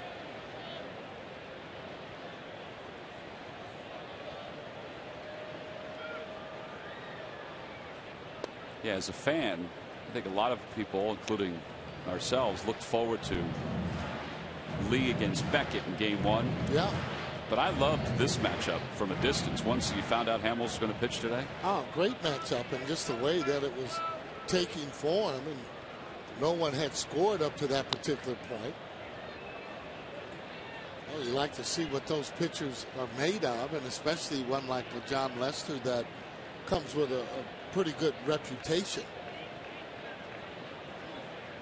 You know, he thinks he has something to prove. His team's lost 2 games. This is the 3rd time that he's going for his number 10.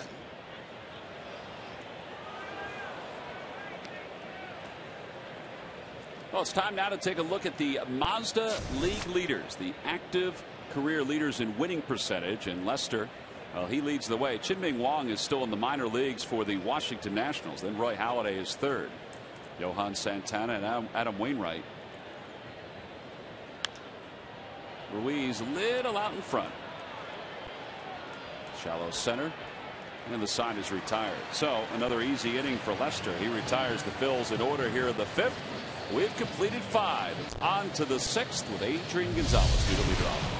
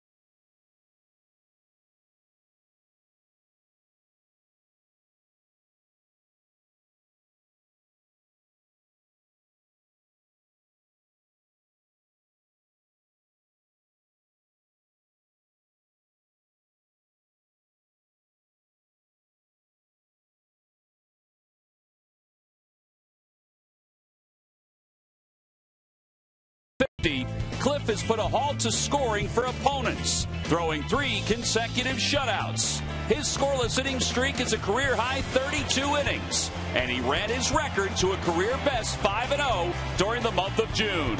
Lee's amazing stretch is brought to you by Independence Blue Cross. Now more than ever, we're here for you every step of the way. Well, the Red Sox lead at 2-0 as we go to the top of the 6th. Adrian Gonzalez leads it off. He's 0 for 2, and he takes a slider for a strike. Red Sox scored 2 in the 5th. They had 4 hits in the inning. A 1-out triple by Josh Reddick, and then back-to-back singles by Sutton and Scudero. And then after an out, Jacoby Ellsbury drove in the 2nd run for Boston. So now in the 6th, Red Sox lead at 2-0. Juan Perez warming up.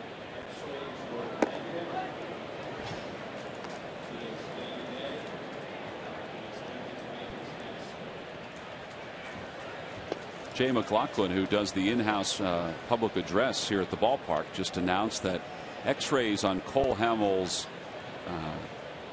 non-pitching hand were negative, and he's day-to-day and is expected to make his next start, which is great news.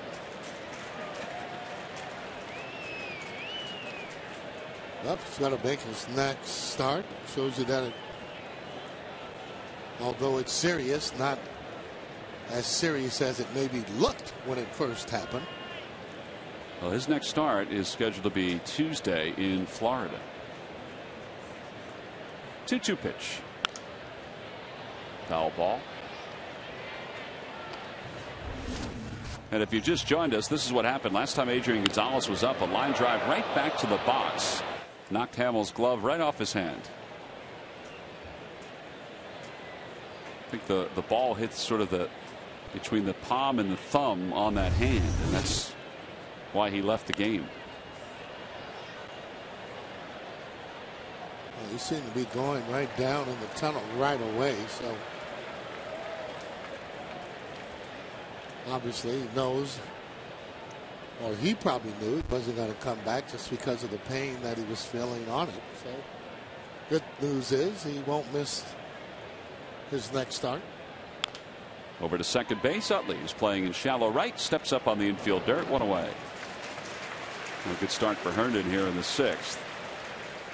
And here's Dustin Pedroia.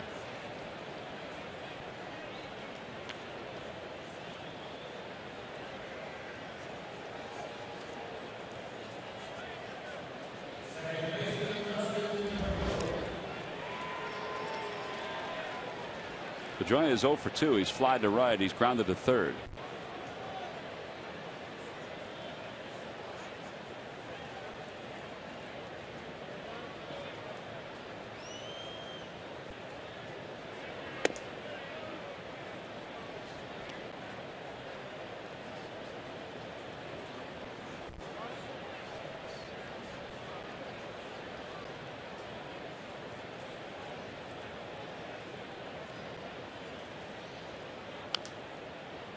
One ball and one strike to count.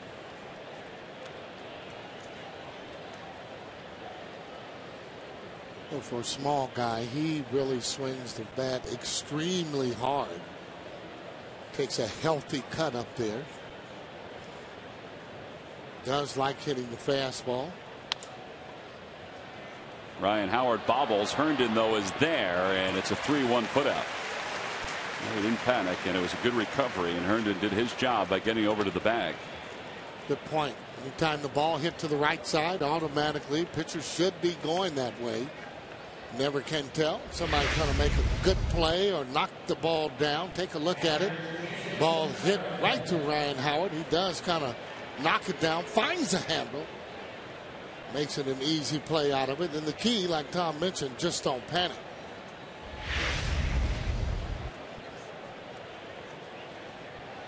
Jason Veritek is grounded out twice today. Once to third, once to short. Good pitch. The slider that just dropped at the last minute. It's 0-1.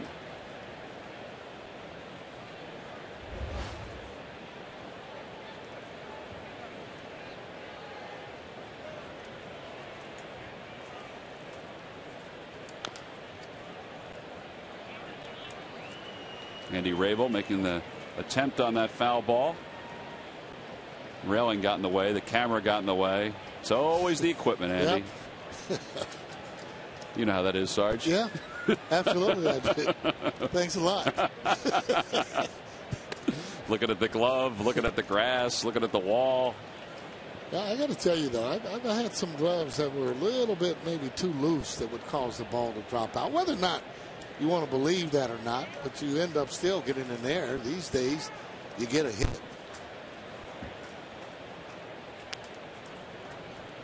Just don't like making excuses. You know, you either do the job or you should catch the ball. Are you scolding Andy? No, I'm just saying. Willie Mays has always said when the ball hits your glove or whatever. I mean, I like Andy, but I mean, you know, either make the play or just let it go. You're scolding Andy. No, not at all. Andy knows better than that. 2-2 the count to Veritek. Here's the pitch. Outside, 3 balls and 2 strikes. Like how you set that up and calmly kind of get out of the way of it. Okay, take another look and. Oh, well, yeah. Well, it hit the rail. It did hit the railing. It's got to hop over that railing, though, and make that play. No chance. Towering fly ball to right field. Francisco back toward the track, following it, and it's gone. Into the first row, just over the wall, and it's 3-0 Boston. 4th home run of the year for Veritek. Boy, I really thought that was going to stay in the yard. Yeah, I thought it would too. It was just so high.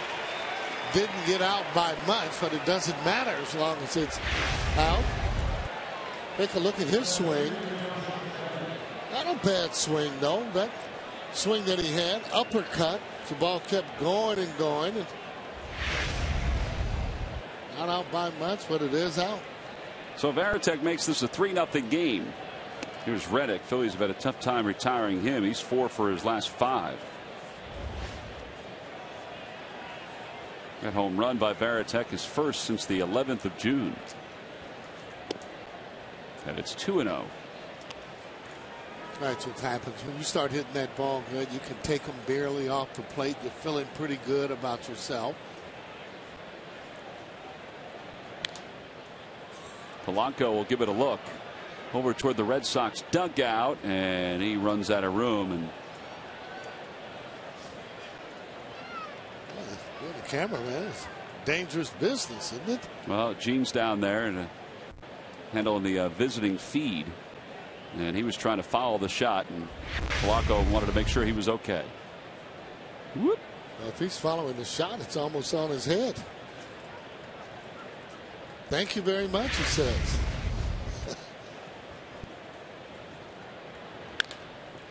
Toward the middle, Utley backhand sets himself and fires, and Reddick's retired. So are the Red Sox here in the 6th. So a run on the home run by Jason Veritek. We played 5 1/2 here in Philadelphia. Red Sox lead at 3-0.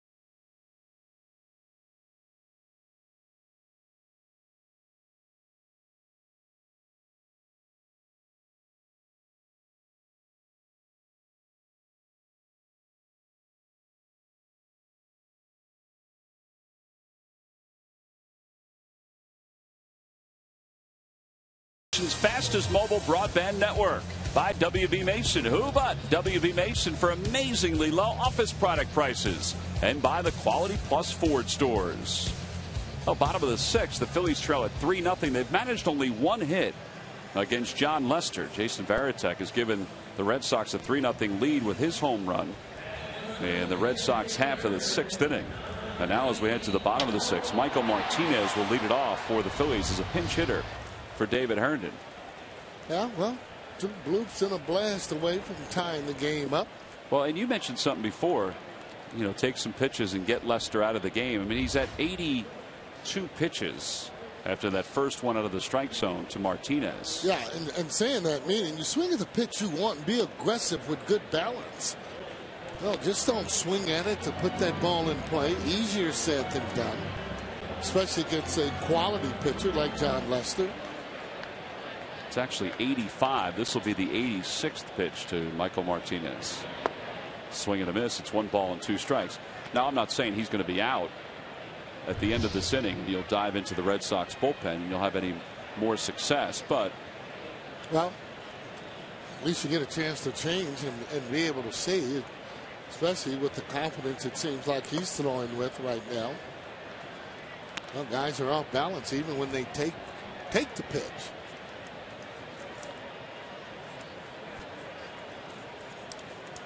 2-2 the count to Martinez.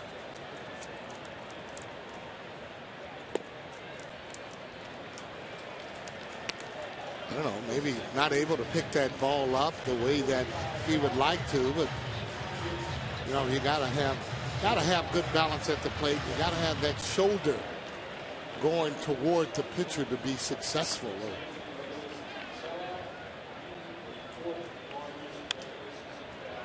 Pop up Outside of first, Adrian Gonzalez is there, and he makes the catch. One away. Oh, one out now in the bottom of the sixth. We go to the top of the order, and Jimmy Rollins is due up. Hey, tonight on Sports Night, get a full recap of today's duel between Cole Hamels and John Lester, which has turned out to be more Lester than anything else with the injury to Cole. Plus, the Flyers set their sights on the start of the NHL free agency in less than 24 hours, and a rundown of the first round at the AT&T National at historic Aronimink. Again tonight at 6 and 10, only on Comcast Sportsnet.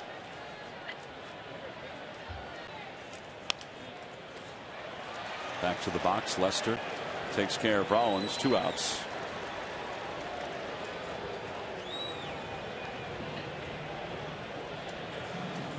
Well, at this rate, not going to be able to get him out. No. Did you used to do that though, as a team? You know what? I learned that early on, a little later, how important it was to be able to have on base percentage. Coming over here and playing with Pete and playing with Mike, Gary Maddox, those kind of guys. You know, because I come from that school. It's 2-0 and 3-1. Don't be late, meaning that you're looking for that fastball and making sure that you square the ball up. Now, you have to be smart enough to, and if you're looking for that pitch, that you're not going to swing at it if it's, you know, slider in the dirt or change up all the time. You're going to do it some. I mean, nobody's perfect. Give yourself a chance to hit, and you know Polanco does that a lot, although he hasn't been getting a lot of hits lately. But good hitting count to be able to hit in and see whether or not he can square the ball up.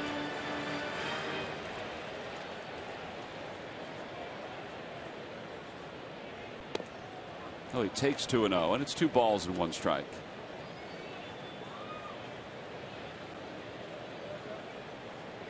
Guys that are able to take pitches like that aren't afraid to have 2 strikes on you. There's some hitters that are scared to death to have 2 strikes on you.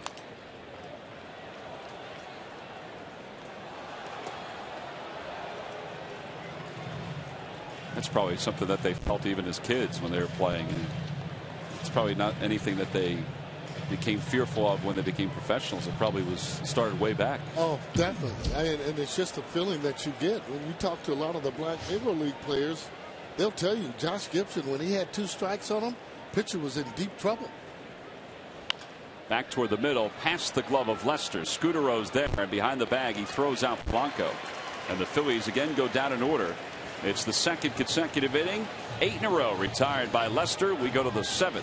Phil's down 3.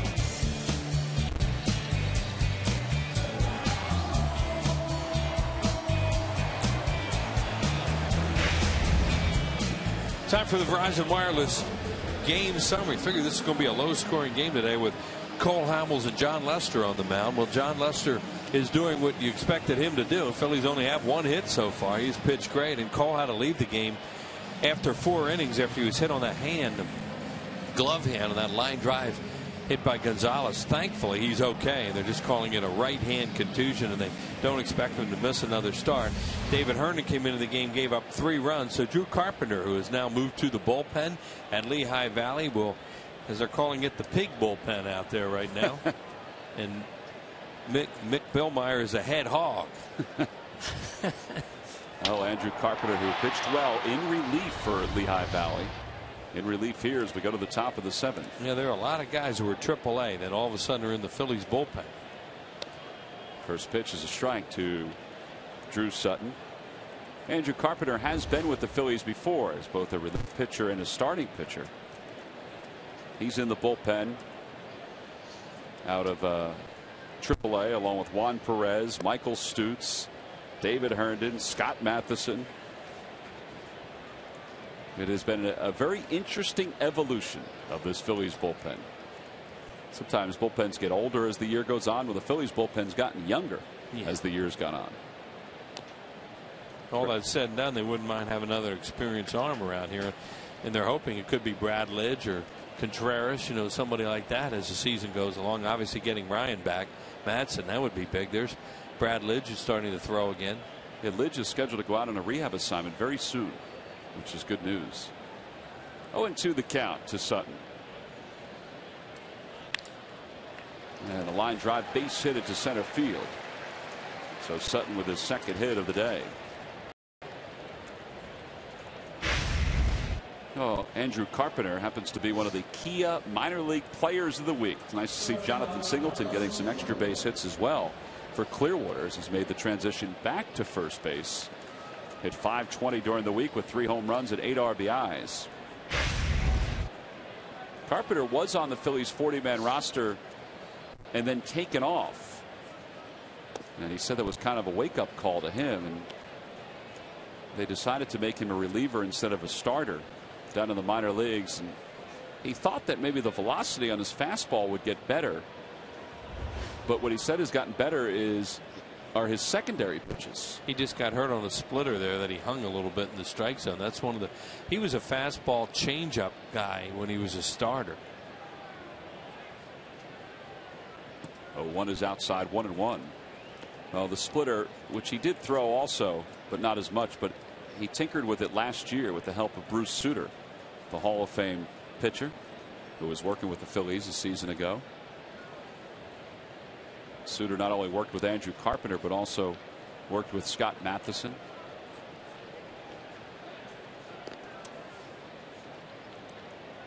Well, his job is to try and keep it where it is, because it's tough enough today with Lester on the game the way he is. John Lester, as we set up before the game started, one of the best pitchers in Major League Baseball, and he is dealing today.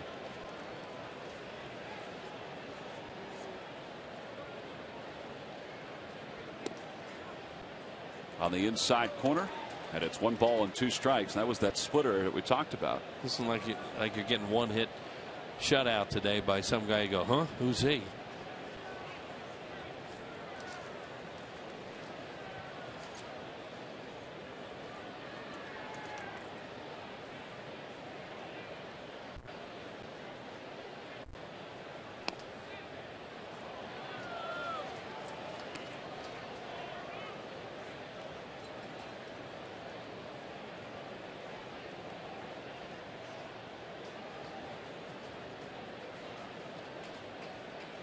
This is the 6th major league game for Andrew Carpenter.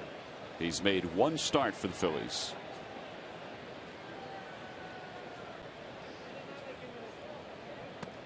For a lot of these guys like Carpenter and Matheson, they've had a number of opportunities here with the big club.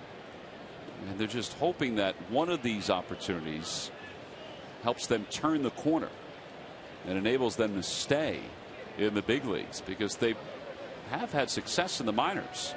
Runner goes, pitches lined into right field, a base hit. Sutton will go to third, and the Phillies will watch the Red Sox put runners on first and third with nobody out here in the top of the 7th. And Scudero has 2 hits. That's just a good job of running on the count there with your hitter figuring he's not going to swing and miss and strike out into a double play, and that's what they did. And nice job by Scudero to shoot the ball to right field. I wonder if Lester will try and bunt this time. He almost got the feeling Tito doesn't want him to bunt. You know, feeling he might get hit by a pitch. Now in this situation, nobody out. We'll see. Last time there was 1 out. He's going to try it this time.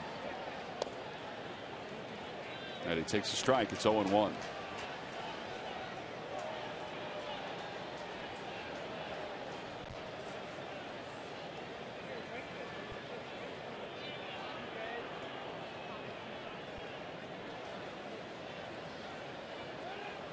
Carpenter fake to third, a look over to first.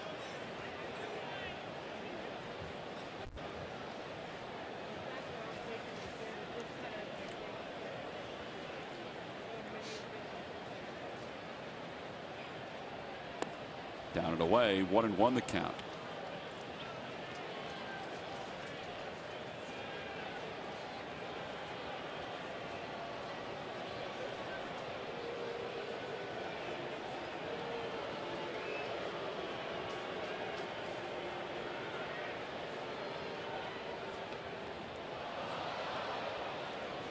Ball didn't go too far. So Sutton remained at third and Scudero remained at first.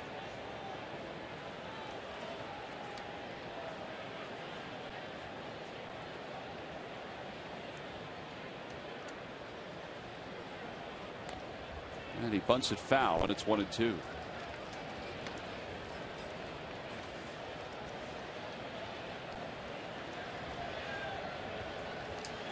Phillies still have time in this game, and it's not over with by any stretch.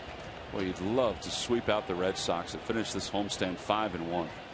Yeah, they're putting themselves behind the 8 ball right now, falling behind 3-0 with first and third and nobody out, and they have a pretty good back end of the bullpen too. Papelbon's the kind of guy, he's rested. He could pitch 2 innings if Lester were to get in trouble. That's true.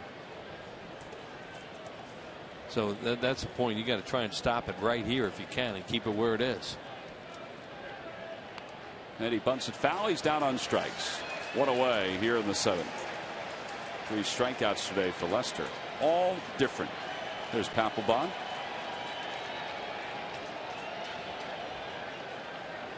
There's always talk that they're going to remove him as the closer, trade him or not sign him or make him a setup guy, but he's done the job for them. Long time too. Remember, they thought about making him a starter after he had a successful year as a closer and then just transitioned him back to being the closer again. Tough guy to double right now.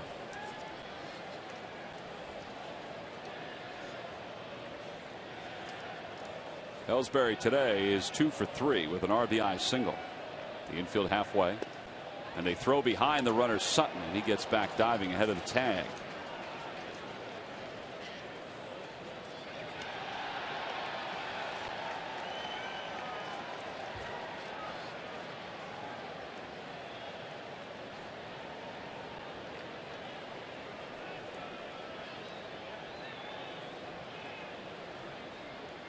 And 1 the count.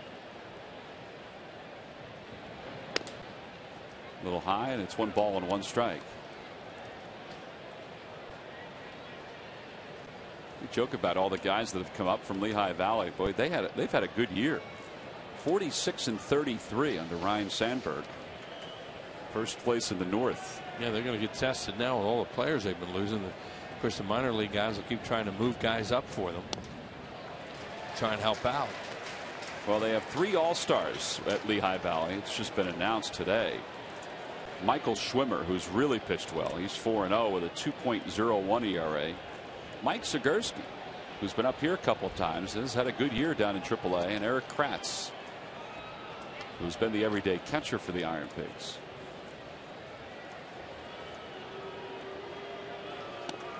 2-2 the count.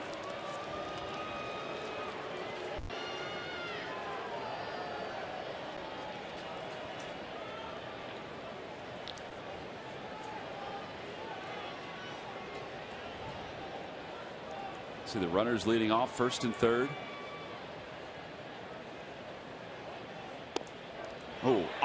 outside corner. Boy, did that ball come back. A slider from Carpenter, 2 away here in the 7th.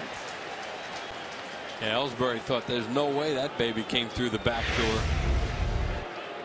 Let's see what happens here.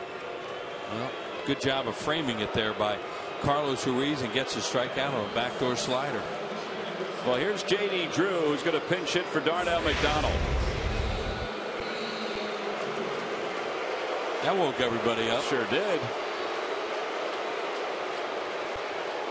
It's definitely louder than Scott Rowland. Oh, yeah. They've had enough shots at Rowland. They haven't had as many shots at Drew. J.D. Drew, former #1 pick for the Phillies, didn't sign. Lines one towards center. Victorino is over, makes the catch, and the side is retired. No runs, 2 hits, 2 men left. Carpenter got into trouble and then got himself right on out of trouble. It's time to stretch with Chase Utley due to lead it off.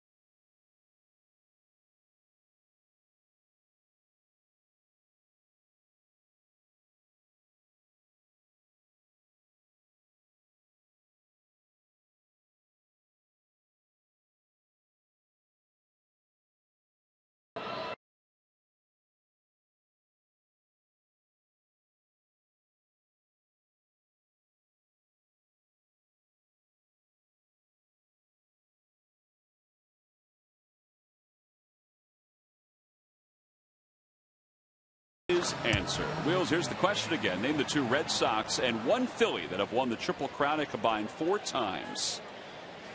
I can't wait to hear the answer to this, to be honest with you. Yaz is one. Yaz is one, that is correct. I mean, he's the last one to win it, right? He is the last one to win it. 1967.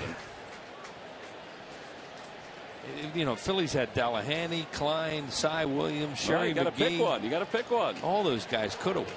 Here's Utley to lead it off in the 7th. Oh boy, he bunts up the third base line. Chuck Klein. Chuck Klein is correct in 1933. And other than that, I don't know. Yes, you do. Ted Williams? Yes. Right. In 42 and 47. Oh boy. Now I'm telling you that was a flyer right there. Well, if you're thinking about Triple Crown, and you're thinking about the Red Sox, I mean, you know, Yaz, and I thought Ted might have won 1, but not 2. There's J.D. Drew. He has not won 1. He's in right field. And then all those Phillies guys I wrote down. Yeah, J.D. Drew. People enjoyed that. You know, it's not been a fun day with what happened with Cole Hamels, runs being scored, Phillies with 1 hit. But to have J.D. Drew appear, that was a wake-up call. Log back on to Phillies.com. Find out if you're a winner of a Phillies prize pack. Thanks for playing Dodge Stump the Fans.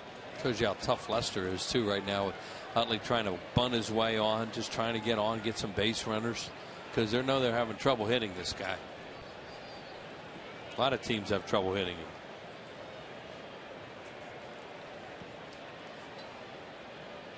Well, he's zeroing in on 100 pitches, but we're here in the 7th. It's 0-2 to Utley. And 1 ball and 2 strikes.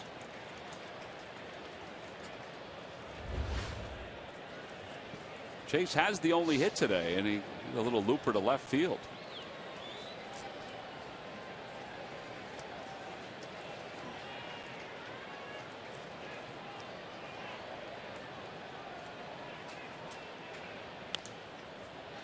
Fly ball, shallow right field. That's going to hook into foul territory. Gonzalez is there. So is Drew, and he missed it.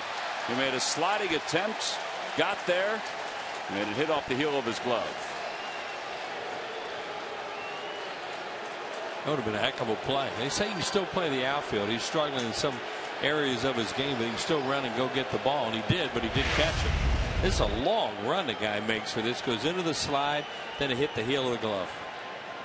Right there, that's the only way to play that ball, is to go into a slide so you don't run into the wall, and then it hit the heel of the glove, and that guy enjoyed it. Hi, JD. I've been watching you for a lot of years. Now I got a chance to say hi to you.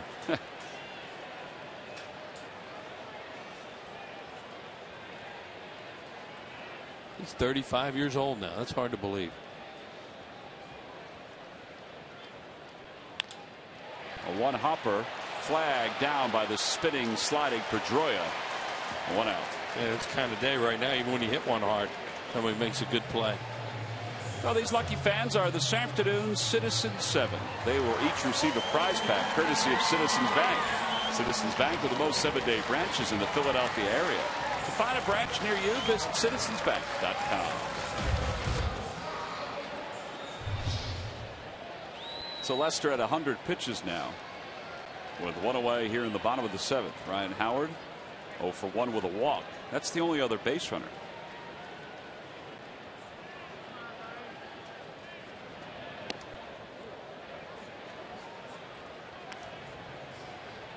It's been that kind of day. He figured that one of these left-handers was going to be difficult to hit today, and both were through 4, and then Cole left with the injury. Yeah, Cole Hamels showed no sign that they were going to hit him today. Nope. Through 4 innings. I mean, he had 2 balls smashed up the middle. One he caught, and the other one, went off his glove, and you can see it hit his hand awkwardly. How about with Hamels going 4 today?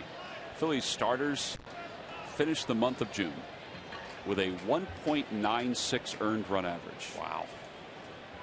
First team since the Cubs and Braves in July 1992 to go a full month with an earned run average under 2. Well, that's why they had a good June, because they didn't hit much. That's impressive. That is very impressive.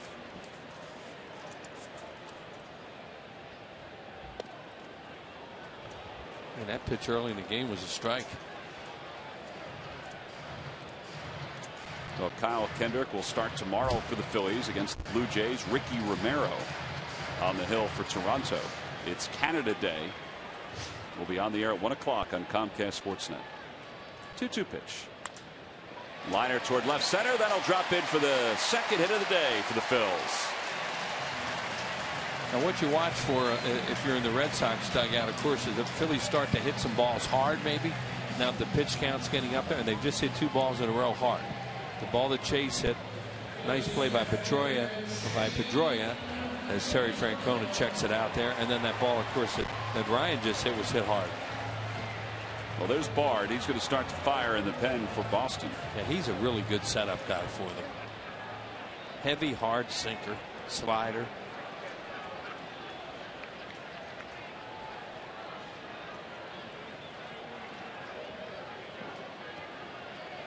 Somebody could run into one now. You got a 1-run game. Yep. That's why, Herndon gave up the 3 runs, but it was still good that the Phillies were able to keep this at a 3-run game. Well, especially that inning, the top of this inning, when it's 1st and 3rd, nobody out.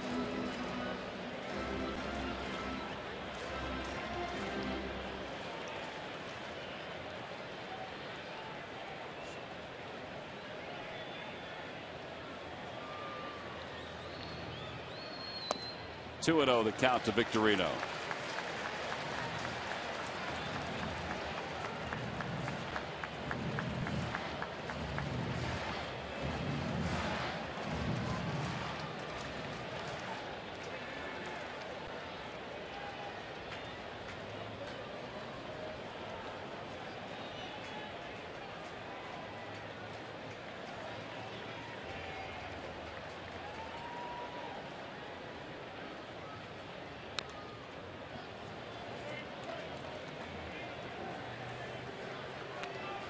Talked to Shane about that ball that Lackey hit last night in the game.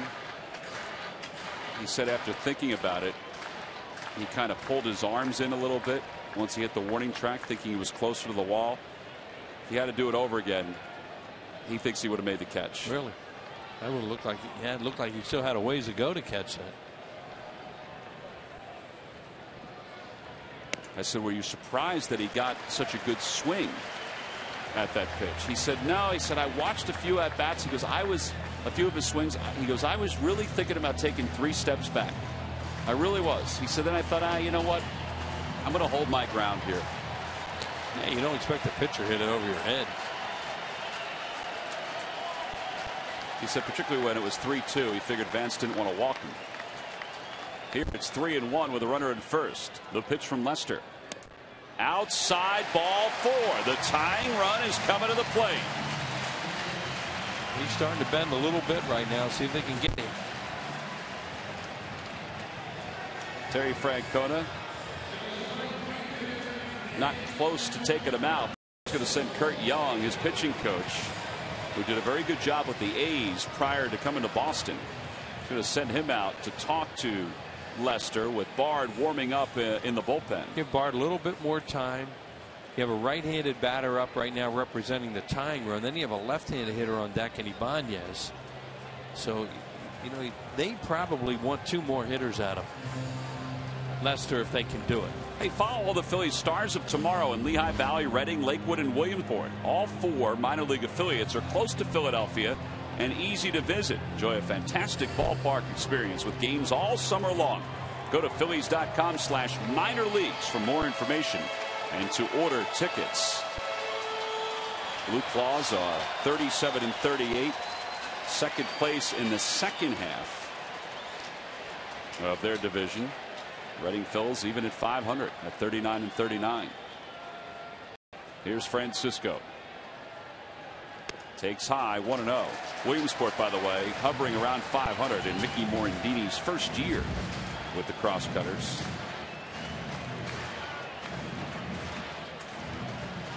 Base hit right now. Just keep it going. Get some momentum if you could get on the board. Swing and a miss. Out in front of a changeup. Yeah, he's thinking about tying the game right now and getting a 1-0 fastball. As you said, Tom, a changeup way out in front.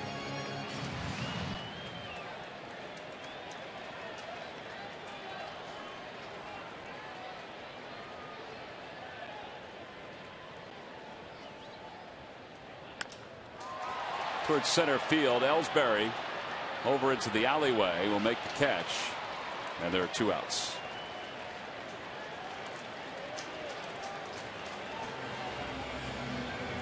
So now it'll be left up to Ibanez.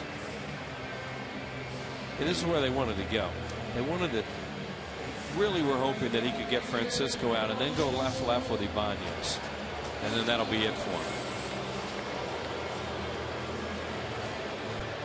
Phillies with 17 wins here in June. That's tied for the most in the majors. It's also their most here in June since '93. So they'd like to eclipse that today. No, they're going to earn it if they do.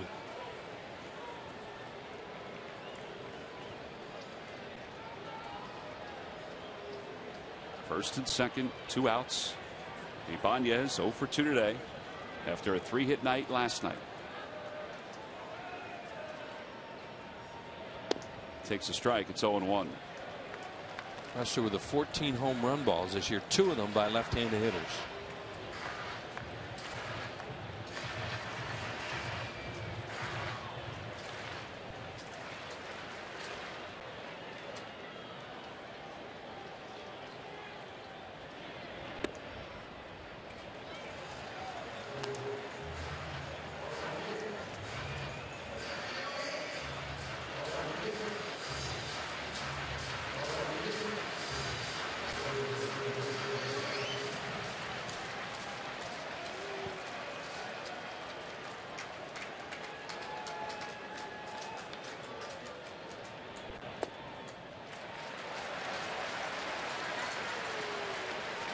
Still at 95. You see Stutz and Matheson throwing in the pen for the Phillies. Well, Lester doing what you think he would do in this situation. Stay away from Ibanez, stay away from the power in the middle part of the plate into a left-handed hitter, and he's just missed with 2.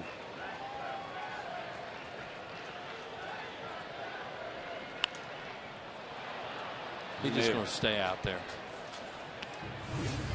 Here's a home run he hit last night. It was a curveball. He kind of golfed it out of the ballpark, went down and in, and won the ball game with that home run off John Lackey.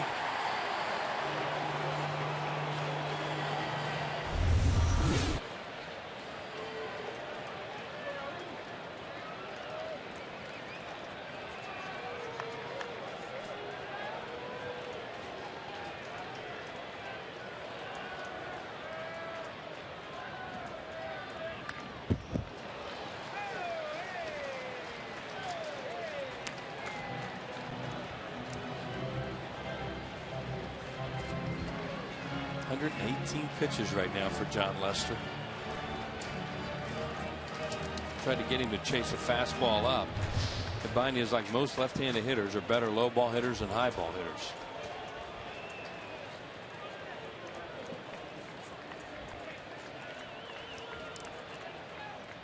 Inside 3-2. Well, they tried a 3-2 curveball there.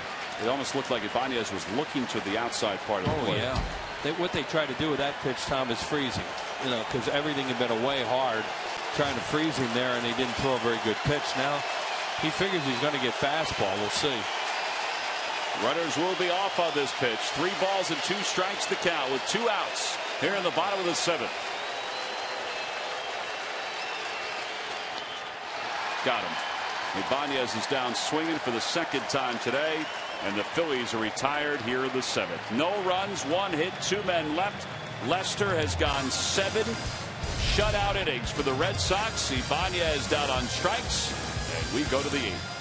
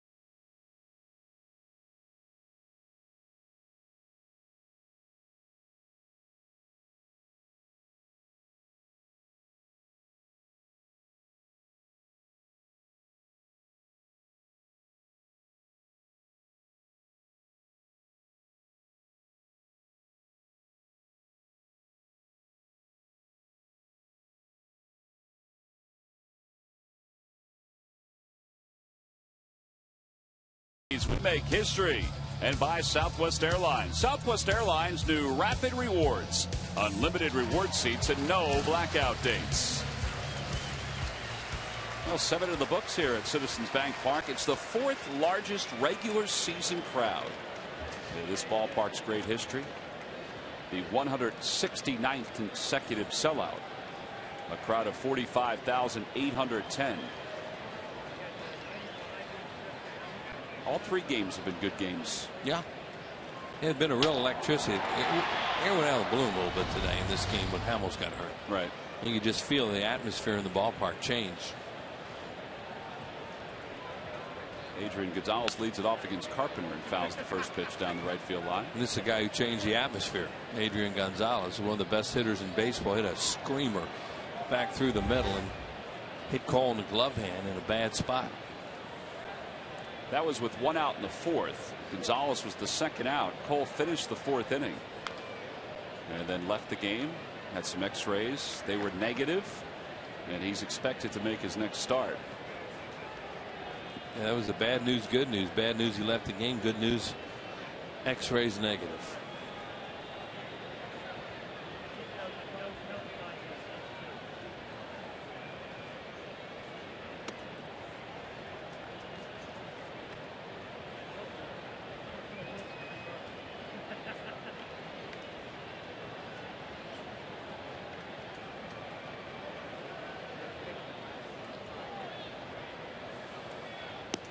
Boy, he really tied up Gonzalez.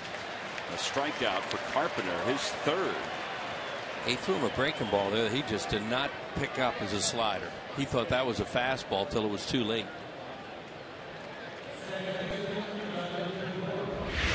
See him swing here. He thinks it's a fastball all the way, and by the time he recognizes what it is in that split second that these guys have to do it, you wonder how they can. It's too late. That was a good pitch. There's a fastball for a strike. I asked Andrew today, I said, you know, when you first came up, all the reports called you Drew, and you said it was Andrew. Now you come up again, and they call you Drew. And so what do you want to be called? And he said, you know, it really doesn't matter. He said, all throughout my youth, I was Drew. Then I got to college, and I was Andrew. He said, so, you know, either one is fine. So if you hear us call him Drew and Andrew, well, his given name is Andrew, and he'll go by both. But don't call him Andy. No, he'd like to get to a point in his career where he could tell you what he wants to be called. Yeah. Grounded toward 3rd, a foul ball. Well, he's a serviceable guy, especially in this type of game where he can go more than an inning for you. And that's really important. You don't notice it as much with the Phillies because their starters go so deep into games. But when you can have guys on your team that can pitch multiple innings, well, they're nice to have.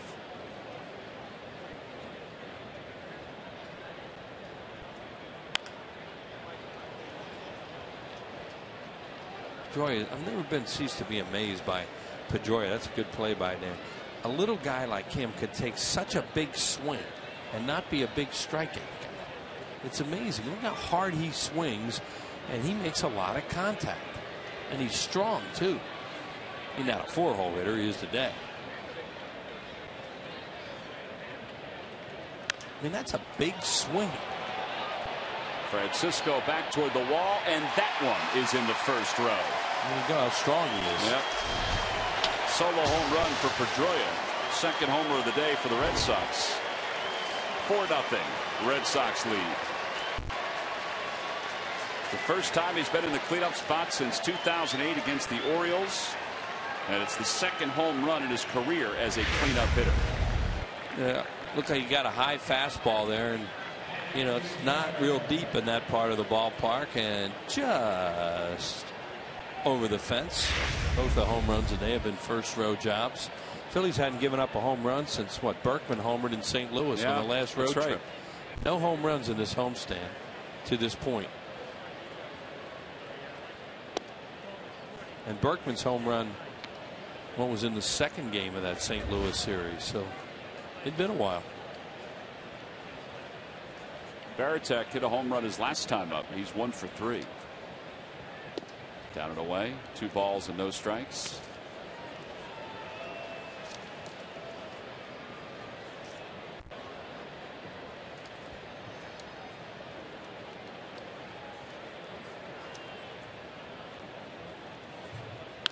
Oh boy, that one's going to be a long one.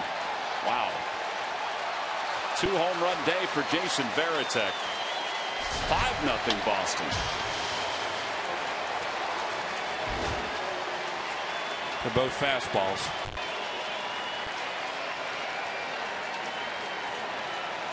Well, these guys have been due to hit some balls hard, and they haven't done much of that in this series. Last 2 home run game, April 10th of last year. Veritek, some question about whether or not he can still swing the bat. He got a fastball about 89 or 90, and no doubt about that one. Kevin Youkilis, who's off today.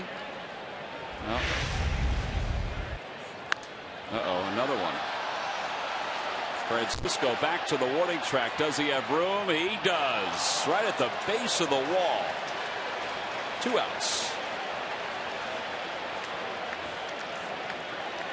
You know, after Veritek's home run, his first one went out. That one off the bat, I was a little unsure of whether it would stay in the yard or not. Because I thought Veritek should stay in the yard, the first one. Well, they're really flying today because, you know, it's warm, day game. And, you know, they hit a couple first rowers out there.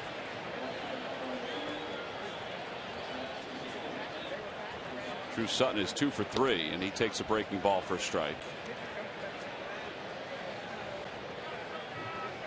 Some smiles on that dugout for the first time in this series. They think they have this one pretty much under control, but Phillies still have 2 more at bats. Well, they have not had a very good road trip through the National League. And they still have 3 this weekend against Houston. Be a battle of the old Phillies coaching staff from the late 90s. Brad Mills and Terry Francona, manager coach on that team. There's Pedroia. We just got to finish talking about how strong he is with that big swing, and boom.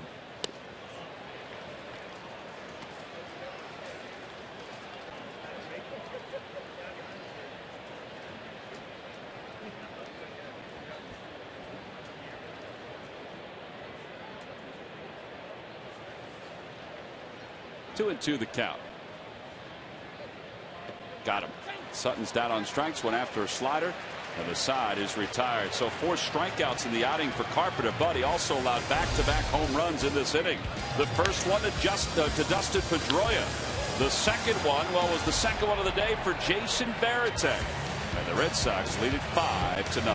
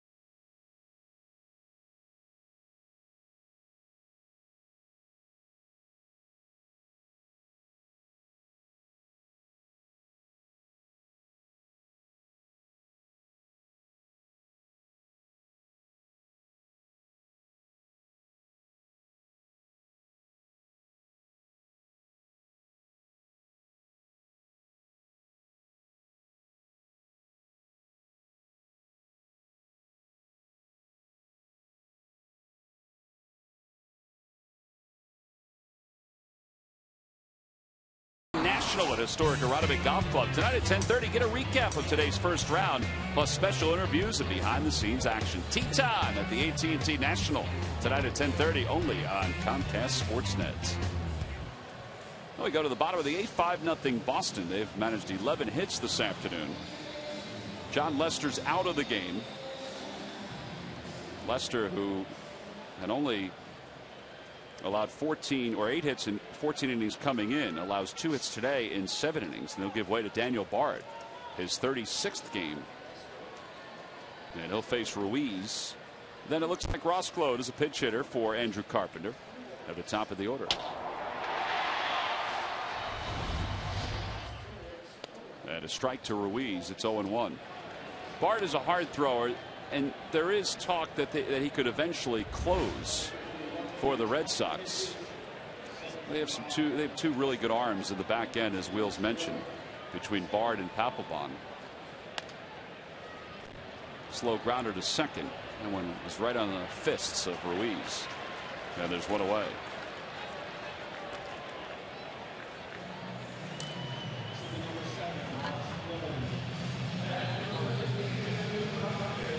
So Bart will face Claude.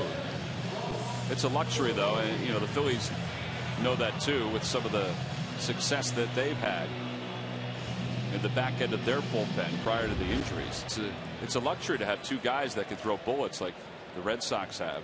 Right, and you never know whether the guy that pitches the 8th can pitch the 9th either until they either have to or they're given a shot to do it.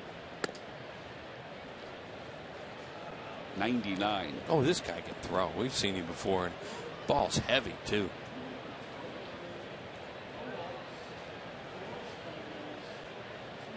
Got a slider too that he'll throw. Fastball, slider. Up the first base line, big hop for Adrian Gonzalez, and Gload is retired for the second out here in the 8th. Well, see the movement he has on his pitches. 2 weak ground balls in this inning. Here's John Lester. You knew you had a tough day ahead of you facing this guy, just like the Red Sox have to facing Cole Hamels, and Lester delivered 7 strong innings. They did have a shot at him though in the 7th inning. They had the tying run at the plate, but the guy got the job done, got a strikeout when he needed it, and in good shape now to win the game. They lost first two in Pittsburgh and won the final game, and they lost the first 2 here and could be winning the 3rd game. Rollins is 0 for 3 today. He's grounded out 3 times, and he takes a strike. It's 0-1. Well, again, tomorrow the Phillies will be right back at it. Another day game up in Toronto. Kyle Kendrick against Ricky Romero. Red Sox needed a win today too because the Yankees are winning again. They're about ready to sweep Milwaukee. 4-0 in the 8th inning are the Yankees.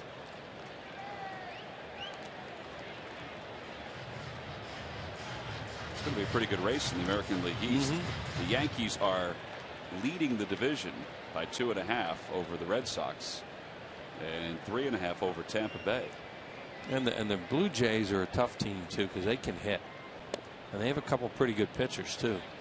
We'll be seeing one of them tomorrow. By the way, in that Yankee game, CC Sabathia helping the Yankees to a 4-0 lead over the Brewers. He's had a big month. He struck out 13. Here's the 1-2 to Rollins. Slider and a called strike 3. So 99, 97, 98, and then a slider to Rollins. And the Phillies go down in order here in the 8th. It's on to the 9th with the Red Sox up 5-0.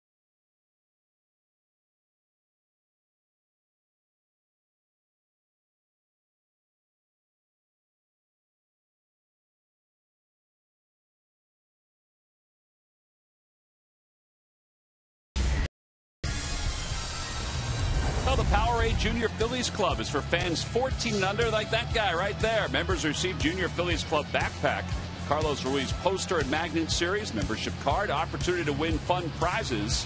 And if you can play the bongo cam like that kid, then you are perfect for the Powerade Junior Phillies Club. Registration fee is $13. For information, go to phillies.com/Junior Phillies Club. Top of the 9th, Red Sox up 5-0. Scott Matheson will take over for Andrew Carpenter. Yeah, they're out of a close situation, so they're going to use Jenks, it looks like, in the 9th inning. But Big Papi will get an at bat. As you look at Scott Matheson's record here, he's done a pretty good job, a real good job at AAA in just 2 games here for the Phils this year. Well, and they've put him into the starting rotation down in AAA. And he was brought up by the Phils when Roy Oswalt went on the disabled list. Guy who can always throw hard. He's in mid-90s to even high 90s fastball. Has a split.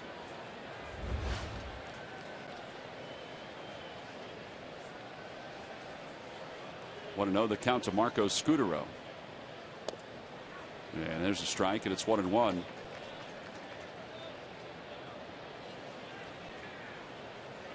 Phillies already had Kyle Kendrick and Vance Worley, who were stretched out and settled into the rotation. And that's why Matheson has basically been termed one of the long men in the Phillies. Lifts one to right, easy play for Francisco. So he kind of takes on the role that Kendrick had, where if they need a starter, he could be used because he's kind of stretched out too. Right, and you know, they have some guys that can pitch extra innings. Herndon did today, and Carpenter also gave him a couple, you know, to get them through this game, which looks like they're, you know, going to have a tough time winning this game. But you know, they don't have to use some of the guys at the end of the bullpen that they don't want to use.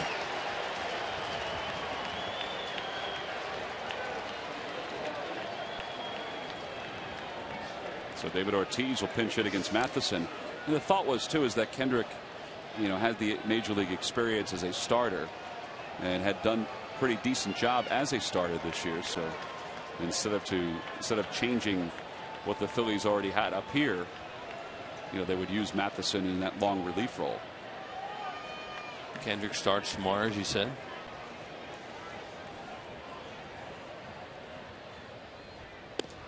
Ortiz takes on the outside corner. It's 0-1. You can look at those right field stands. They've been kind of inviting for his teammates here this afternoon. So, you know, he's thinking about firing in that area.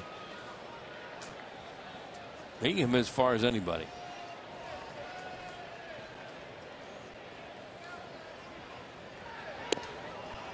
Not a bad spot. 98 with that one from Matheson. Well, there's no doubt that Scott Matheson can throw the baseball hard. The only thing is, can he keep it out of the middle of the plate? So you can't throw it hard enough for the guys up here if you throw it down the middle.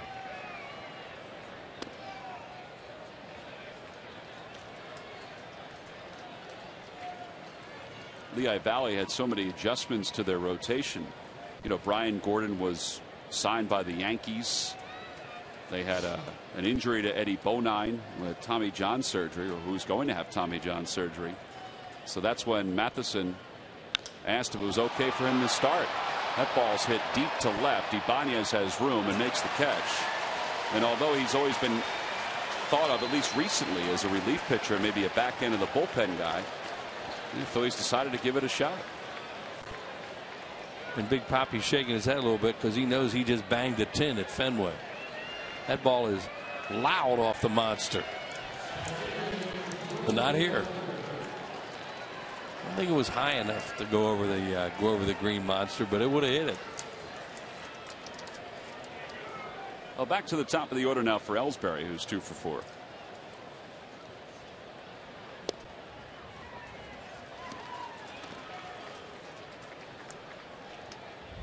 Ellsbury's infield singles first time up, and a single left in the 5th and an RBI.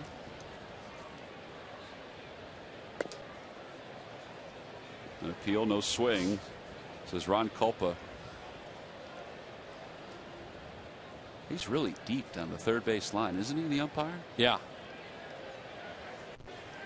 He looks like Frank Pulley used to be in the 9th inning with 2 outs at Jack Russell Stadium when he had his car parked down there in the left field corner. And he would keep going further and further and further. And then when the game would end, he'd whistle and wave goodbye. Boom, he'd be in his car. I miss Frank. Back toward the middle. That'll sneak into center, a base hit. So a 2-out hit for Ellsbury. He's 3 for 5. Hey, fans, get all the highlights and a complete recap of this ball game immediately after the game. Stay tuned for the expert analysis of Ricky Vitalico on Phillies Postgame Live, presented by Cure Auto Insurance. That's again right here, right after the ball game. A lot of people waited around are rewarded. Here comes J.D. Drew getting another at bat. Drew fly to center his first time up. Takes breaking ball for strike one.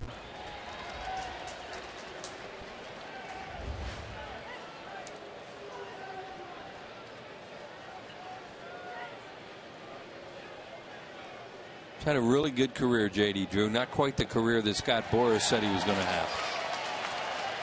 But that happens a lot with Boras. He has been on a team or two during his career, too. St. Louis, of course, the Braves, the Dodgers. Here at the Red Sox. Upstairs, 1 and 2. Well, he was truly a five-tool player in his prime. He could really run, throw, hit for power, steal some bags. But this may be his last year in the major leagues. It's hard to say, but his contract's up. You wonder.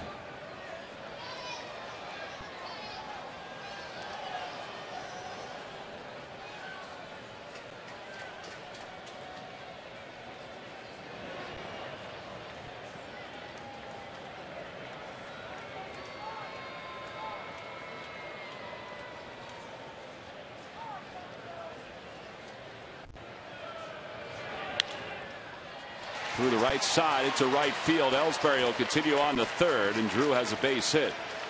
So the Red Sox now with first and third with 2 outs, and Adrian Gonzalez will get another chance to hit. That's the 13th hit of the day for Boston.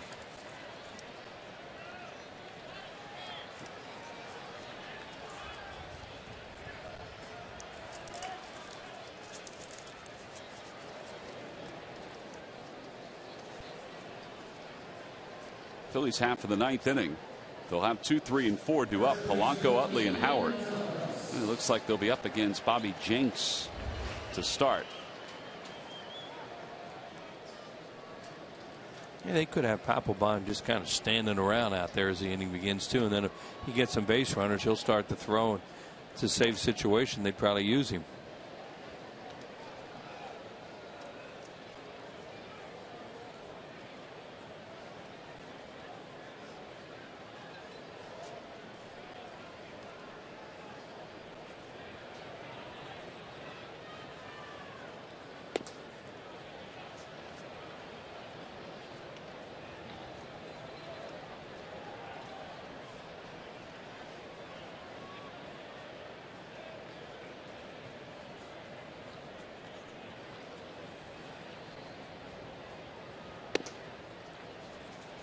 Looks like they're staying away from Gonzalez. It's 3 balls and no strikes.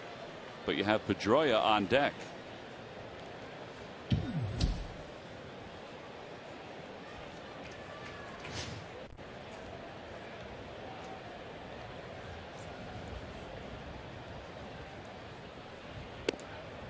And ball 4. So Gonzalez draws a 4-pitch walk. That loads the bases up. And the right-handed hitting Dustin Pedroia, who homered his last time up. He'll bat with 2 outs.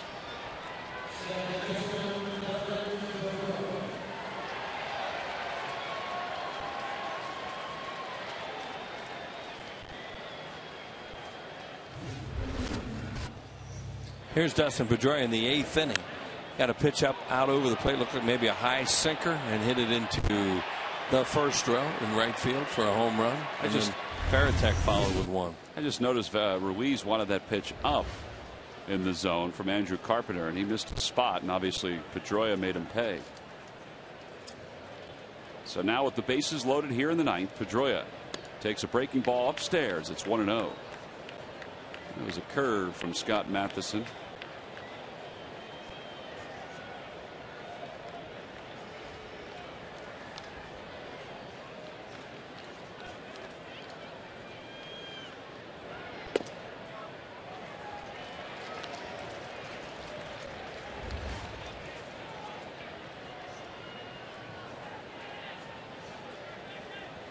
nearly an RBI per at bat with the bases loaded.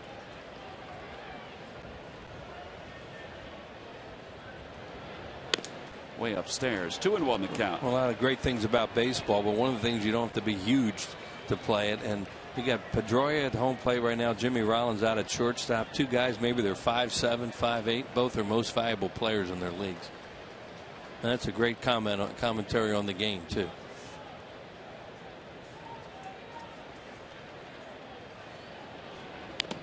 You're Pedroia. You're thinking that you're going to work your tail off just to be a professional player, and then all of a sudden you're the cleanup hitter for the Red Sox for a game. There he is, MVP, Rookie of the Year, just a tremendous player, and a Rawlings Gold Glove winner too. So that's a pretty good trifecta. It's even now, 2 balls and 2 strikes.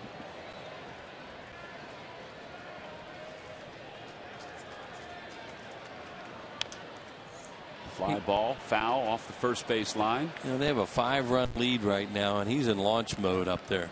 You know, these guys are really good situation hitters. That's why they're such a good team offensively. But you can tell right now, Pedroia, he's swinging hard. Harder than, well, I won't say harder than normal because he always swings hard, but he's looking to really drive one. He's not looking for a little 2-run single here.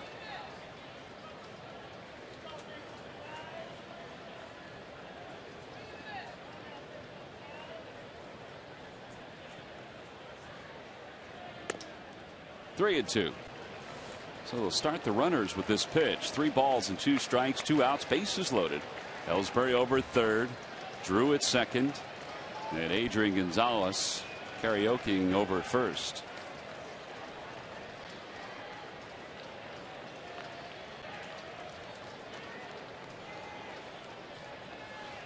Runners go. Fly ball, shallow center. Chase Utley's there.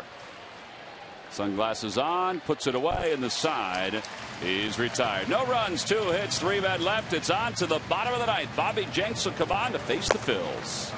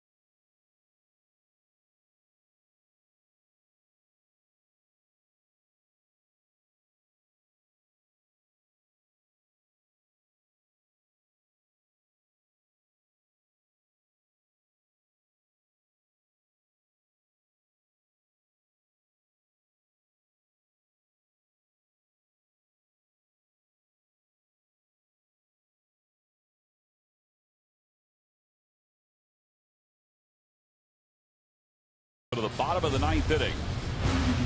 And it's time now for our W. Mason deliveries of the game. Jason Veritek had himself a 2-home run day. This one against David Herndon just got over the wall in right field. And then the second one, well, this one was a no doubt about it. He hit this one deep to right. Yeah, they hit 2 in the first row out there, and then that one went a long way. Well, those are our WB Mason deliveries of the game. And as Jenks comes in, his 17th ball game, second since coming off the disabled list for the Red Sox. He was the closer for the Chicago White Sox before this year. He signed a 2-year deal with Boston to help the back end of their bullpen. And he'll face Placido Polanco, Chase Utley, Ryan Howard, 2, 3, and 4.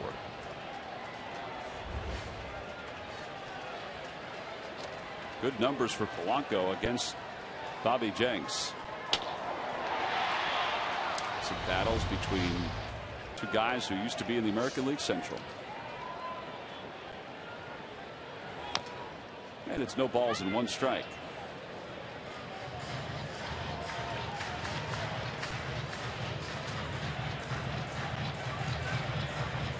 Phillies will head to Toronto right after this game. The Red Sox will head to Houston. And then that's it for interleague play after this weekend until the All-Star game in Phoenix and then the postseason.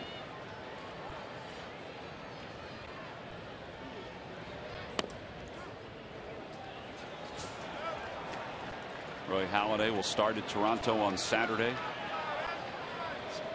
He started against the Blue Jays last year here at Citizens Bank Park.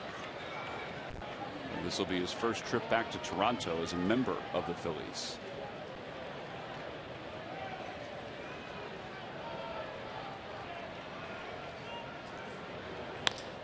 Polanco serves it to right. That'll drop in front of J.D. Drew. So the Phillies have a base runner. It's only their 3rd hit of the day. So figure Papelbon, there he is. I figured he might be just hanging around out there just in case, and they get some base runners, he'll start throwing. Well, the Toyota Major League scoreboard. Busy day around baseball. They're in the top of the 2nd. The Marlins lead the A's 1-0. Logan Morrison an RBI double. They shut them out last night 3-0. Did Florida. They really had some problems, as everybody knows, in the month of June. What a collapse. The Phillies will be in Florida this Monday. Utley, little pop up left side, and Drew Sutton makes the catch. 1 away. So Phillies are down to their final 2 outs here in the bottom of the 9th. Papelbon's out there just throwing a little bit in front of the warm-up mounds. Not really even starting to heat up at all, because there's only 1 base runner now, 1 out.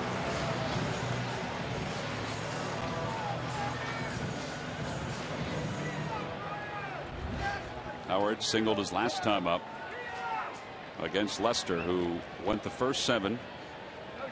Allowed 2 hits, no runs, 2 walks, 5 strikeouts.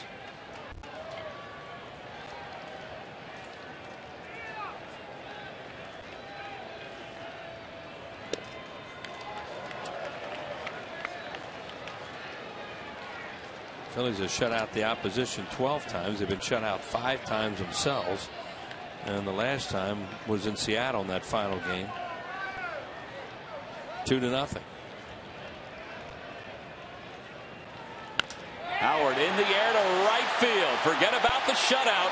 That one is gone. Wow, into the 2nd deck. A 2-run bomb for Howard. Phillies are on the board here in the bottom of the 9th. It's a 5-2 ball game. I'm talking about a ball that just took off. Yeah, that ball was hooking. It was high in the air and it had a hook to it like a draw in golf. And it just kept going. The wind's blowing out to right field. It's helped the ball to right and right center today. But he didn't need any help. This is a changeup of some kind, it looked like, and he just crushes it. So now they're going to come out and talk to Jenks a little bit. Papelbon will really start to throw, and they may give him a shot at a 3-run save. Well, Guy Stewart of Newark, Delaware, you've just won $100 courtesy of the McDonald's home run jackpot. And that ball off the bat of Ryan Howard, I mean, it was crushed just over the AT&T side in right field. Yeah, you knew it was a home run when he hit it, but didn't think it was an upper decker. Here it is. What's he throwing here? Well, it was all speed of some kind. maybe a split. And there it goes, as Tom says, over the AT&T. Long homer. And you're never surprised when Howard hits home runs that far. I just didn't think that one was going to go that far. Here's Victorino with one out. This guy probably has one more base runner.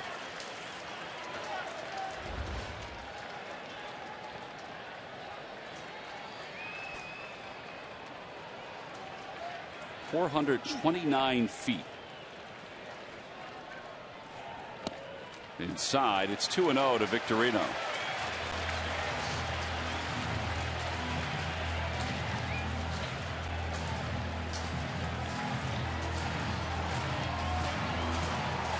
Gary Tuck on the phone behind Jonathan Papelbon. Try to tell him he's ready.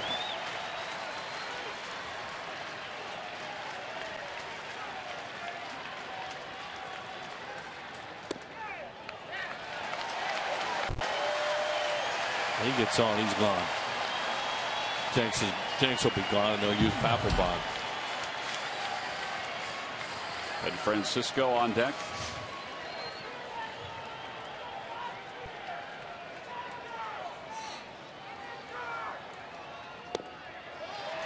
On the inside corner, Victorino was taking all the way. Thought it might have been ball 4. It's 3-1.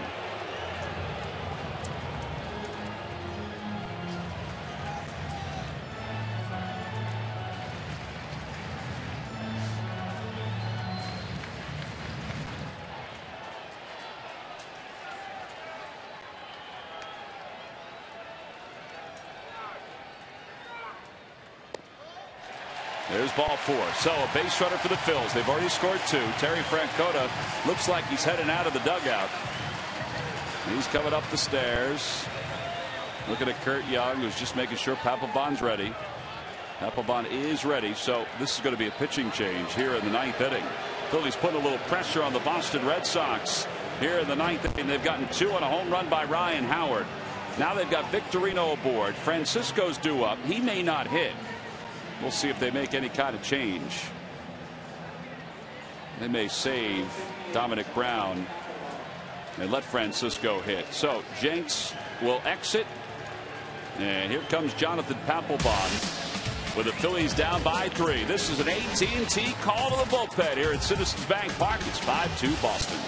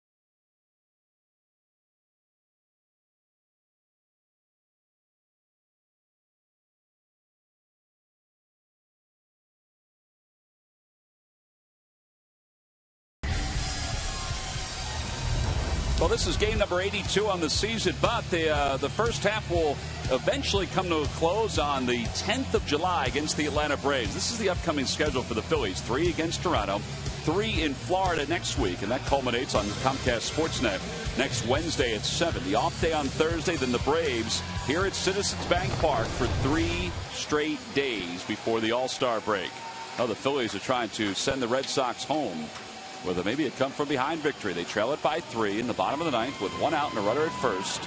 Jonathan Papelbon now on to close things out, or try to, for the Red Sox. He's 2-0, a 3.9 earned run average. He's blown one save so far this year for Boston.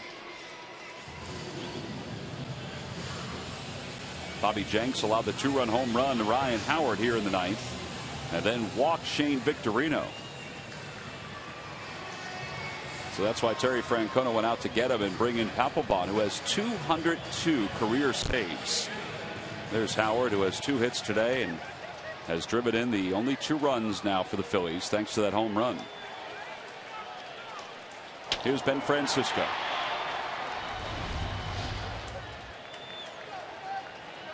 Papelbon is really deliberate. He takes a lot of time. He's actually been called at times for a ball for taking so long to throw a pitch. There goes Victorino. Pitch taken for a strike, and Victorino's in standing.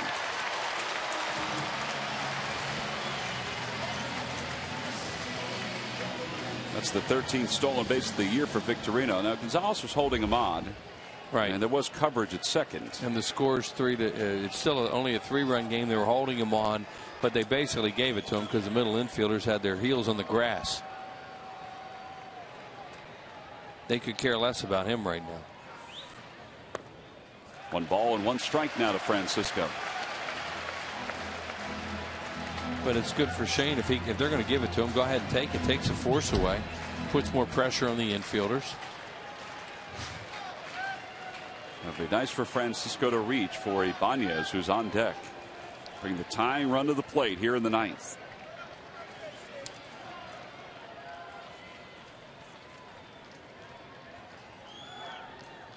Francisco does have 4 at-bats against Papelbon. He's 0 for 4. He has worked out 1 walk, and he's ahead 2-1.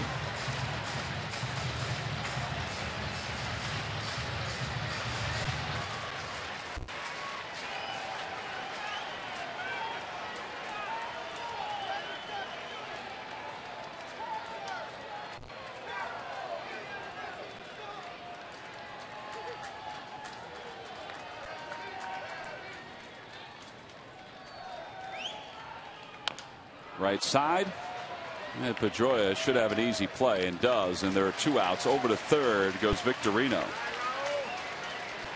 Phillies down to their final out.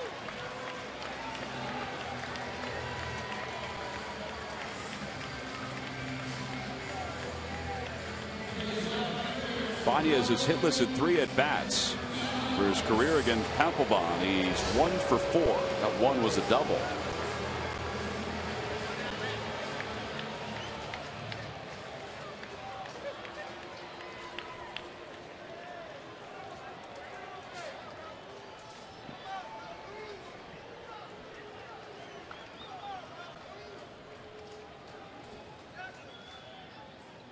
Takes a strike, and it's 0-1.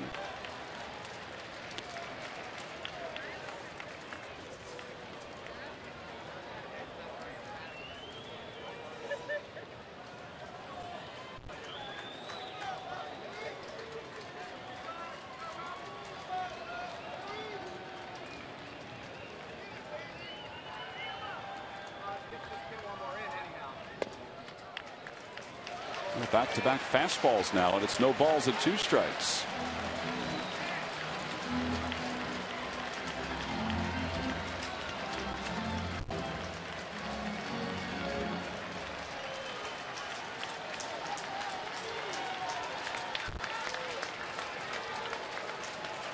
No balls, 2 strikes, the count to Papelbon, or to Ibanez, excuse me, from Papelbon. And the pitch. Fouls it back, and it remains 2 strikes.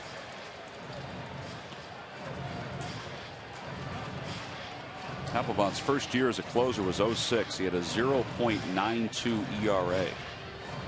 Talk about dominant. 35 saves.